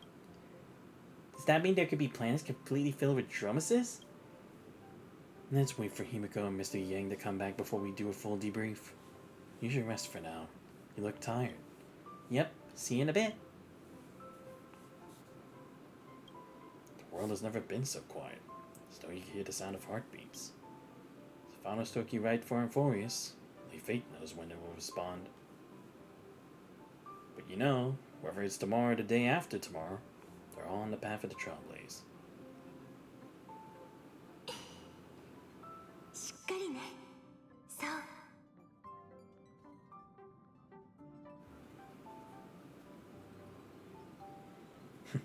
Always have to get the last word, don't you? オンパロス、また明日。The Eternal Page. Alright, and with that, we have come to a complete close on the story of Amphorius. Now, I'll give my final thoughts on it now that we've actually finished it. I have to say, overall, like the whole thing, I think it was actually good, you know? Like, I have my complaints here and there, but... Or, you know what, I'll focus on the negatives first before I go on the positives, you know? Because I want to end it on a good note. So, like I said, overall, it was pretty good. But, like I said, first I'll go on to some of the things I think they could have done better. And at least some of the stuff they did improve on as the story progressed. One thing that I think we all can really talk about is, like, the dungeon crawling, you know? Like, don't get me wrong, I like the little mechanics they had with, like, altering time and stuff like that, and using the shadows cast on, like, when certain paths were constructed or not. But it's that they had so many, and it's like, they thought that would, like, count as, like, oh, okay, that's a big chunk of the story already. It's like, don't get me wrong, it's fine to put a couple of dungeons and everything, and, like, exploring the map and such, but I feel like it could have been, like, you know how sometimes you get a little bit of, like, a... What is it called? You get a little, like, a bonus of, like, finding stuff in articles and stuff. Like, when it be Do at Night Abyss or another, like, open world game, you get, like, little tidbits or, like, cookie crumbs or, like, some of the good stuff, like, that you can kind of perceive, like, for the story or get a bit more context out of. I feel like they could have at least done that a bit more with the scenery rather than just, like, stuff that you can read. Because, like, not everyone's going to take the time to read the little documents and stuff. Like, I at least try to do it from time to time, because you never know. Some stuff will be entertaining, some stuff will help elaborate on things. But when it's, like, almost every single thing, like, piece of knowledge is going to be from that, it's kind of, like, oh my god, it's a lot more work. Like, I liked how they had a bit of the murals on the wall in some of the dungeons to tell that, or additional parts of it, or to elaborate on certain points. But I kind of wish that since they were already doing that, they could have done it a bit more, like we did in when we got close to the final chapter of East 9 Monstrum Nox, where it gave me a better idea of, like, the heroes and everything like that, you know? Or about the monstrums, so I kind of wish it was a bit more like that.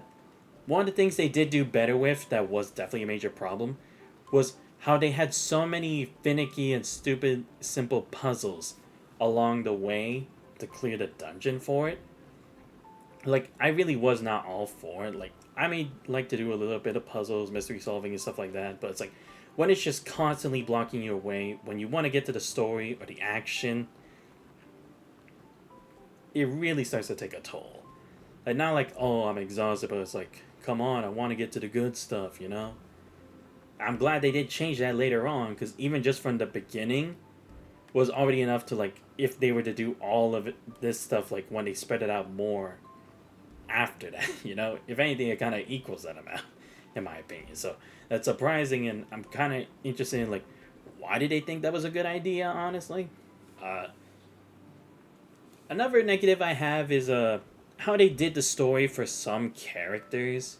You know, like, I kind of wish we had kind of gotten a bit more, like, of, like, an observation to the lives of other individuals. Because some of them definitely did get not as much justice as they deserved, or it started to get good, but then it's like, it started to veer off a bit more. Like, one for me, especially, is Midday, because he looked so cool, you know? I'm not gonna be like, oh, he's gonna be the Gilgamesh of this game, but he had such potential, you know? But then we got so much into, like, the lore of the history and everything that it kind of just took away from what was supposed to be Midday's chapter, you know? It's Midday's update, not this unnamed soldier, or, yeah, like, warrior guy in a helmet whose name you won't tell me until the very end, which is supposed to symbolize their, like, Titan, you know? I wanted it to be a bit more about Midday. I'm not saying it should have been everything about him. The historical context is fine, but it's like, you need to kind of, like, find a way to balance it out better for him. Like I said, a lot of the other characters later on got done better, but I'm kind of disappointed for, like, characters like Midday, Tribby as well, I guess, because it was kind of like just a bit of a one-off thing, and then we bring her every now and then.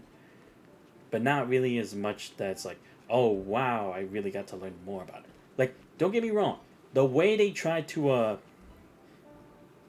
have you get to know more about the Flame Chasers was actually done better here than it was in Honkai Impact 3rd. I can admit that, you know? Because I've been through Honkai Impact 3rd Part 1. I've been through all of it. But it's like, it took also so long. It was just like dialogue that's like, it really didn't matter and such. But at least here they attempted to do more of that for each individual Flame Chaser, which I can appreciate at the very least, because it's like, that's so many characters you had to do it for, but they do it for like every update. It's like, at least they went through the effort to do so. But again, it's like, at least the earlier characters, I'm kind of disappointed, like, they didn't get as much of their moment. Anox's, his was more like towards the end of it. But again, at least they kind of did his justice, where it's like, it proved his logic was like his defining point there. Let's see, what else? I would say, again, also another thing is like, it went way too story hard, you know? Like, it just had way too many, like, spaces between, like, a whole bunch of dialogue, a bit of fighting, and then another whole lengthy dialogue all the way to here. A couple fights here and there, and then a whole nother lengthy, like, discussion. Because, look, when it came to this epilogue part, that's not a problem. It makes sense because it's the conclusion of everything, resolving it, tying up loose ends. I don't have an issue with that. But when it came to the whole, like, summation of the story, it really did have way too many of those where it was just storytelling. Like, I know this is a turn-based game, so it's not like the fast action that you get in Wuthering Waves or Elden Ring and all that kind of stuff. But again, it's not a visual novel-esque game where it's like, oh, you can kind of like take that. Because look, when it comes to Punishing Grey Raven and how they do it, sure, it's visual novel-esque, but at least you already had that identity from the beginning, right? And at least the fights make up for it, for how cool they are, the visuals, the action, the combat, the countering and dodges. Here in a turn-based game where you only have 3 buttons, you really do want to have more action from that to kind of even it out, because again, you're mainly just sitting in like, and even for a keyboard, you're probably not even pressing that many buttons to like really engage in it. And I feel like that's also what kind of takes away is like the power creep had also kind of like it gotten involved in that as well. Well, not really, I guess, because it's like you are kind of allowed to use the story specific characters there through trial, but at the same time, it's like you have to always like have the team specific here for this land in order to be able to actually face the enemies here. It's like, I wish it wasn't like that. I know it's like their selling point, but at the same time, it's like not everyone has been playing for that long, or not everyone has the income for that you expect it to be. So I kind of wish they kind of balanced it more out to have more fun with like making your own team, you know, not just having to make the specific meta team with that character in order to do it. Let's see. Lastly, I wish some character points that had gone better conclusions could have actually started off on a much better foot, or we could have gotten a bit more elaboration. Like for Cyphera and for Aglia, like y'all know, I did not like. It wasn't I hated Aglia, but I didn't have the best opinion of her. But when we got towards the end, I really came to understand her more and be like, you know what? I'm fine with it. I'm fine with who she is. I can't completely blame her for her decisions and why she acts a certain way, you know? I just kind of wish we got that progressively. Because, again, it's like, I know not that many people will pay attention to the story the way I do. No, not everyone thinks the same way about it. But for me personally, I really felt like I really should have learned more about Aglia in that way. And like her taking the role as the leader of the Flame Chasers at the time, especially since she was there for a good chunk of the story, and it would have been nice to actually see like how that came to be, especially since she's one of the central figures of the Flame Chasers. You feel? And same for Cyphera as well. Like her and like always just like running away and the stealing and the whatnot. It's like I don't have a problem with that kind of character. That's not really my complaint. Again, it was more like to give her redeeming points, like with the whole lie, where it's like, it was like, it's not a white lie, but it was like, it was a lie that would actually like not hurt someone, right? The lie that actually kept the world from destruction in that cycle that we were in, right? Because it's like they say, some lies aren't as a negative, you know? Like they can actually help someone. I'm not saying lying is a good thing, but sometimes the truth isn't always going to be what the person wants or needs at that particular time. And I feel like we could have given Cypher a bit more of like the distinction, or at least seen her juggle between times of when lying has become a negative and when it could have actually been beneficial not only to her but to others. Because again, I did appreciate Cypher more towards the end, but I would have liked to at least have it progressively like, oh, I hate her for like all of this, and then have it go to like all of that. Not like a good chunk of it is like, oh, whatever, and then like 2 steps, oh, okay, I can love her now, whoa, you know? Anyway, and the battles, they were fine. And another thing too is like that they did correct, that was definitely an issue, the black like screens, the black screens with the white text. Like, why on earth did they ever think that was a good idea? Seriously. Like, at least for the credits rolling, it makes sense. It's the fucking credits, for crying out loud. No one cares that has animation, because it's like, what really matters is just the names on there. But why on earth did they think storytelling with just like blank screens with white text was actually going to be like, yes, this is what I'm sitting for. This is the information I want like this. Come on. Not interactive, not colorful, not vibrant, not popping, but just blah, blah, blah, like reading a book. Like, come on. Y'all can do better than that. Especially since you're fucking Hoyoverse. Like, really? Anyway, that's a lot of my negatives aside. Positives, like I said, the characterization for a lot of the Enforced characters later on really hit. Like Castoris, Hyacinth, Isolens, Phynon. Like, they were all great. Seriously, they were like my favorite ones. Oh, and of course Irene. Like, it really was interesting to actually see like their own little journeys and like themselves from the specific times where we actually interacted with them and focused on their point to their inclusion towards the end.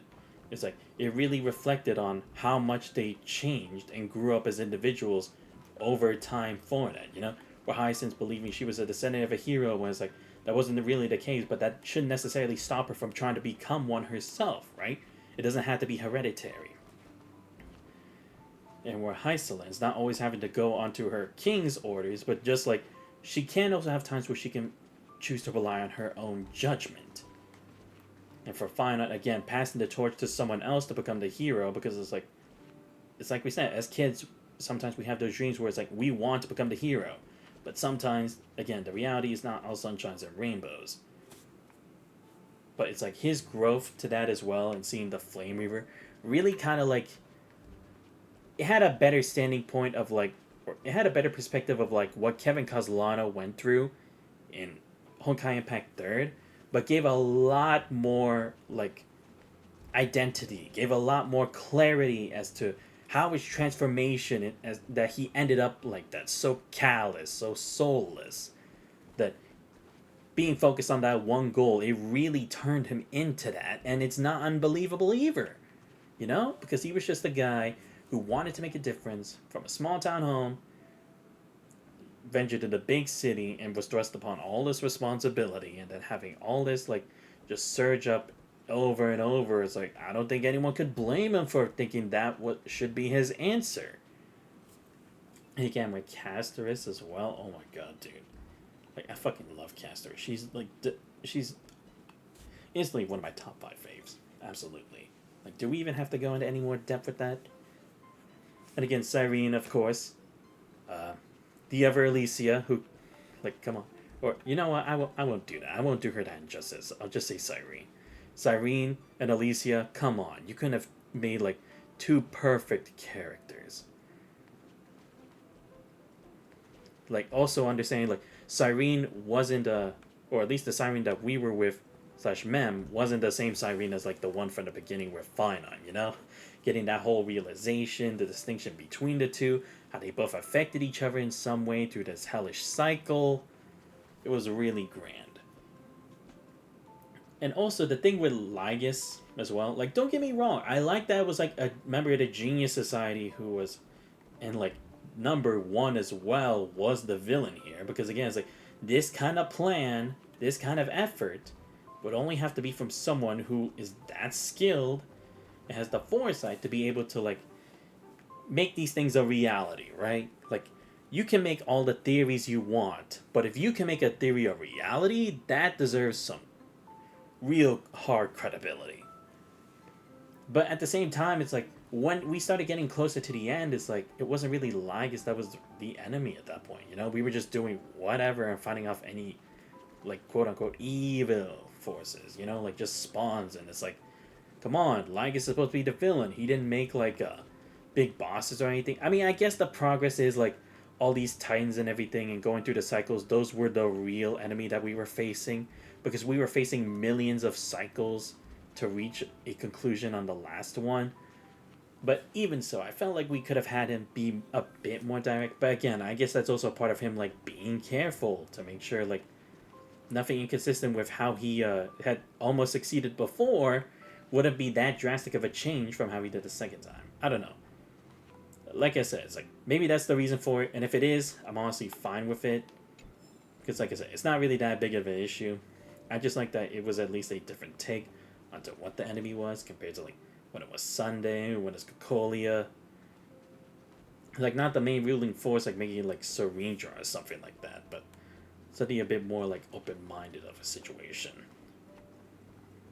And yeah, don't get me wrong, like, the whole setting of Amphorius 2, it was really cool, because it really did feel like a land of heroes. Like, it did. Like, everyone was a hero in, like, their own way and such, whether it be big or small, or significant to a whole group of people, or just significant to, like, a small collective. But again, I kind of wish we had gone through a bit more of, like, those heroic kinds of feats through the story. I don't know, especially since it's like, we were supposed to, like, think it or perceive it as a plan of heroes. But I do at least like that they did do a different take on the Flame Chasers, and that it wasn't technically the same kind of situation, you know? Because that was really what was gonna be a major turning point for whether I love or hated this. Like, were they gonna copy paste a good number of stuff from the original Flame Chase journey to the current one? And they definitely did it differently. And I think they did it pretty well, honestly. Like I said, the logic and stuff for it, like, some of it is just from me misremembering stuff. Some of it is, like, from not having certain intel about, like, some of the other things, just because I wasn't, like, going into that much in depth of research for understanding the whole plot and such. But overall, I think the story still tied rather well. And again, it's like it's not a happy ending, but it is at least a positive ending. It leaves potential for the future, and that's really all that we can be proud of. Because trailblazing is like it's at least making an impact, making a difference, being remembered. We're leaving our mark everywhere we are when we go somewhere, whether it be Jarillo, the Jean Lufu, Penacony, and now here too. So it's like I feel like it's a good way of like tying it in. It's not a happy ending, but like I said, a positive ending, a hopeful tomorrow. You know. So overall, like I said, it is a great story. It's not the perfect one, but it definitely does a bit more of like having us be more interactive than it did for Penacony. Like I'm not saying Penacony's awful, don't get me wrong. It's just that there were definitely a bit more like lagging points and points of where it's like disinterest or neutrality compared to here, because I got a lot more of the characters here were definitely engaging later on. Like I said, Castor's, Heistland, Ceredra, Fanon, Cyrene, and all of them definitely get to know more better. But again, it's like unfortunately, considering I don't know what the circumstances were, the initial members of the Flame Chasers who we got to meet so far and were like the highlights for their updates weren't really done as much justice as they should have, in my opinion. But again, that's just my take. Y'all don't have to take it seriously, or you can let me know in the comments of the VOD when I post it on YouTube what you guys think of the whole situation. But overall, I'd say it's still pretty good. Pretty good. Like I said, despite all the negatives that I have for this, a good number of them was fixed later on. So I can at least take that into consideration, that it's like they at least do understand, yes, they made these mistakes and they at least corrected some of them. Not all of them, but at least some of them. It's like, that's better than nothing, right? That's all we can really say. And damn, I actually did cry. I teared up a bit at like the last farewell with Cyrene, and that song playing. It's like, it may not be true, but it's still a song that hits, you know? Like, damn. I was like, damn, I had to say goodbye to Alicia a second time? How can you do this to me? Like, come on. Y'all know how I actually, like, teared up and cried so hard when I had to say farewell to Alicia the first time. Now I had to do this to me a second time, but again, at least the difference is there is hope that she will be back in the real world, right? Not like when it came to Alicia, where it's like she had already done most of her job by then. So at least it gives me hope for that, you know? I'll probably tear up if like she comes back here or something like that, but again, that's just for the foreseeable future. But anyway, yeah, that is a close on the story that is and for is the World of Heroes. Damn. Came such a long way, honestly. Not as freaking long as like it felt for Penacony, but still pretty long nonetheless. But again, I did still enjoy it for a good part of the story. Again, I just hope like some of these things they can kind of like iron out a bit more whenever we get to the next world. And I already discussed my thoughts on like the whole next update with like the whole Penacony extra story, but I'll probably do it. I don't know if I'll do it the immediate day that it comes out, maybe like a couple days after. I don't know. I had to think about it. I mean, to be fair, I don't really have a lot to stream because I finished the main story of Digimon. We still have the DLC episode to do. Trails in the Sky first chapter. I don't know how that's going to turn out, but I'll try to figure something out. But yeah, overall, still did really enjoy the story as a whole. And a good number of the characters here in Enforced as well. But yeah, that'll be the end of the stream for tonight, everybody.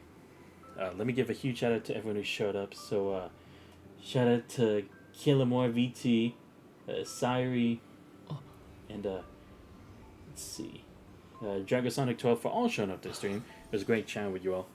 Like I said, tomorrow I'll see what I'll stream. I could potentially do a Punishing Grey Raven. I could potentially do Doing at Abyss. And sometime this week, I will definitely try to find time to do the Digimon DLC episode. I'll probably download that either tonight or probably tomorrow because it's already almost midnight. But yeah, there we go. Finally, all caught up on Star Rail once again, in literally just only a couple days before the next update. That's crazy. But anyway, gotta close the story as I've written in for Cyrene. Anyway, if you guys did enjoy this thing but already found the channel, please make sure that you follow. Much appreciated. Check my YouTube channel. I posted the file. Subscribe as well. Join Discord, you guys already. Links to all those on the channel. But this has been Xanthos Vice. I hope you guys have a great rest of your night. I'll see you guys next time. Bro.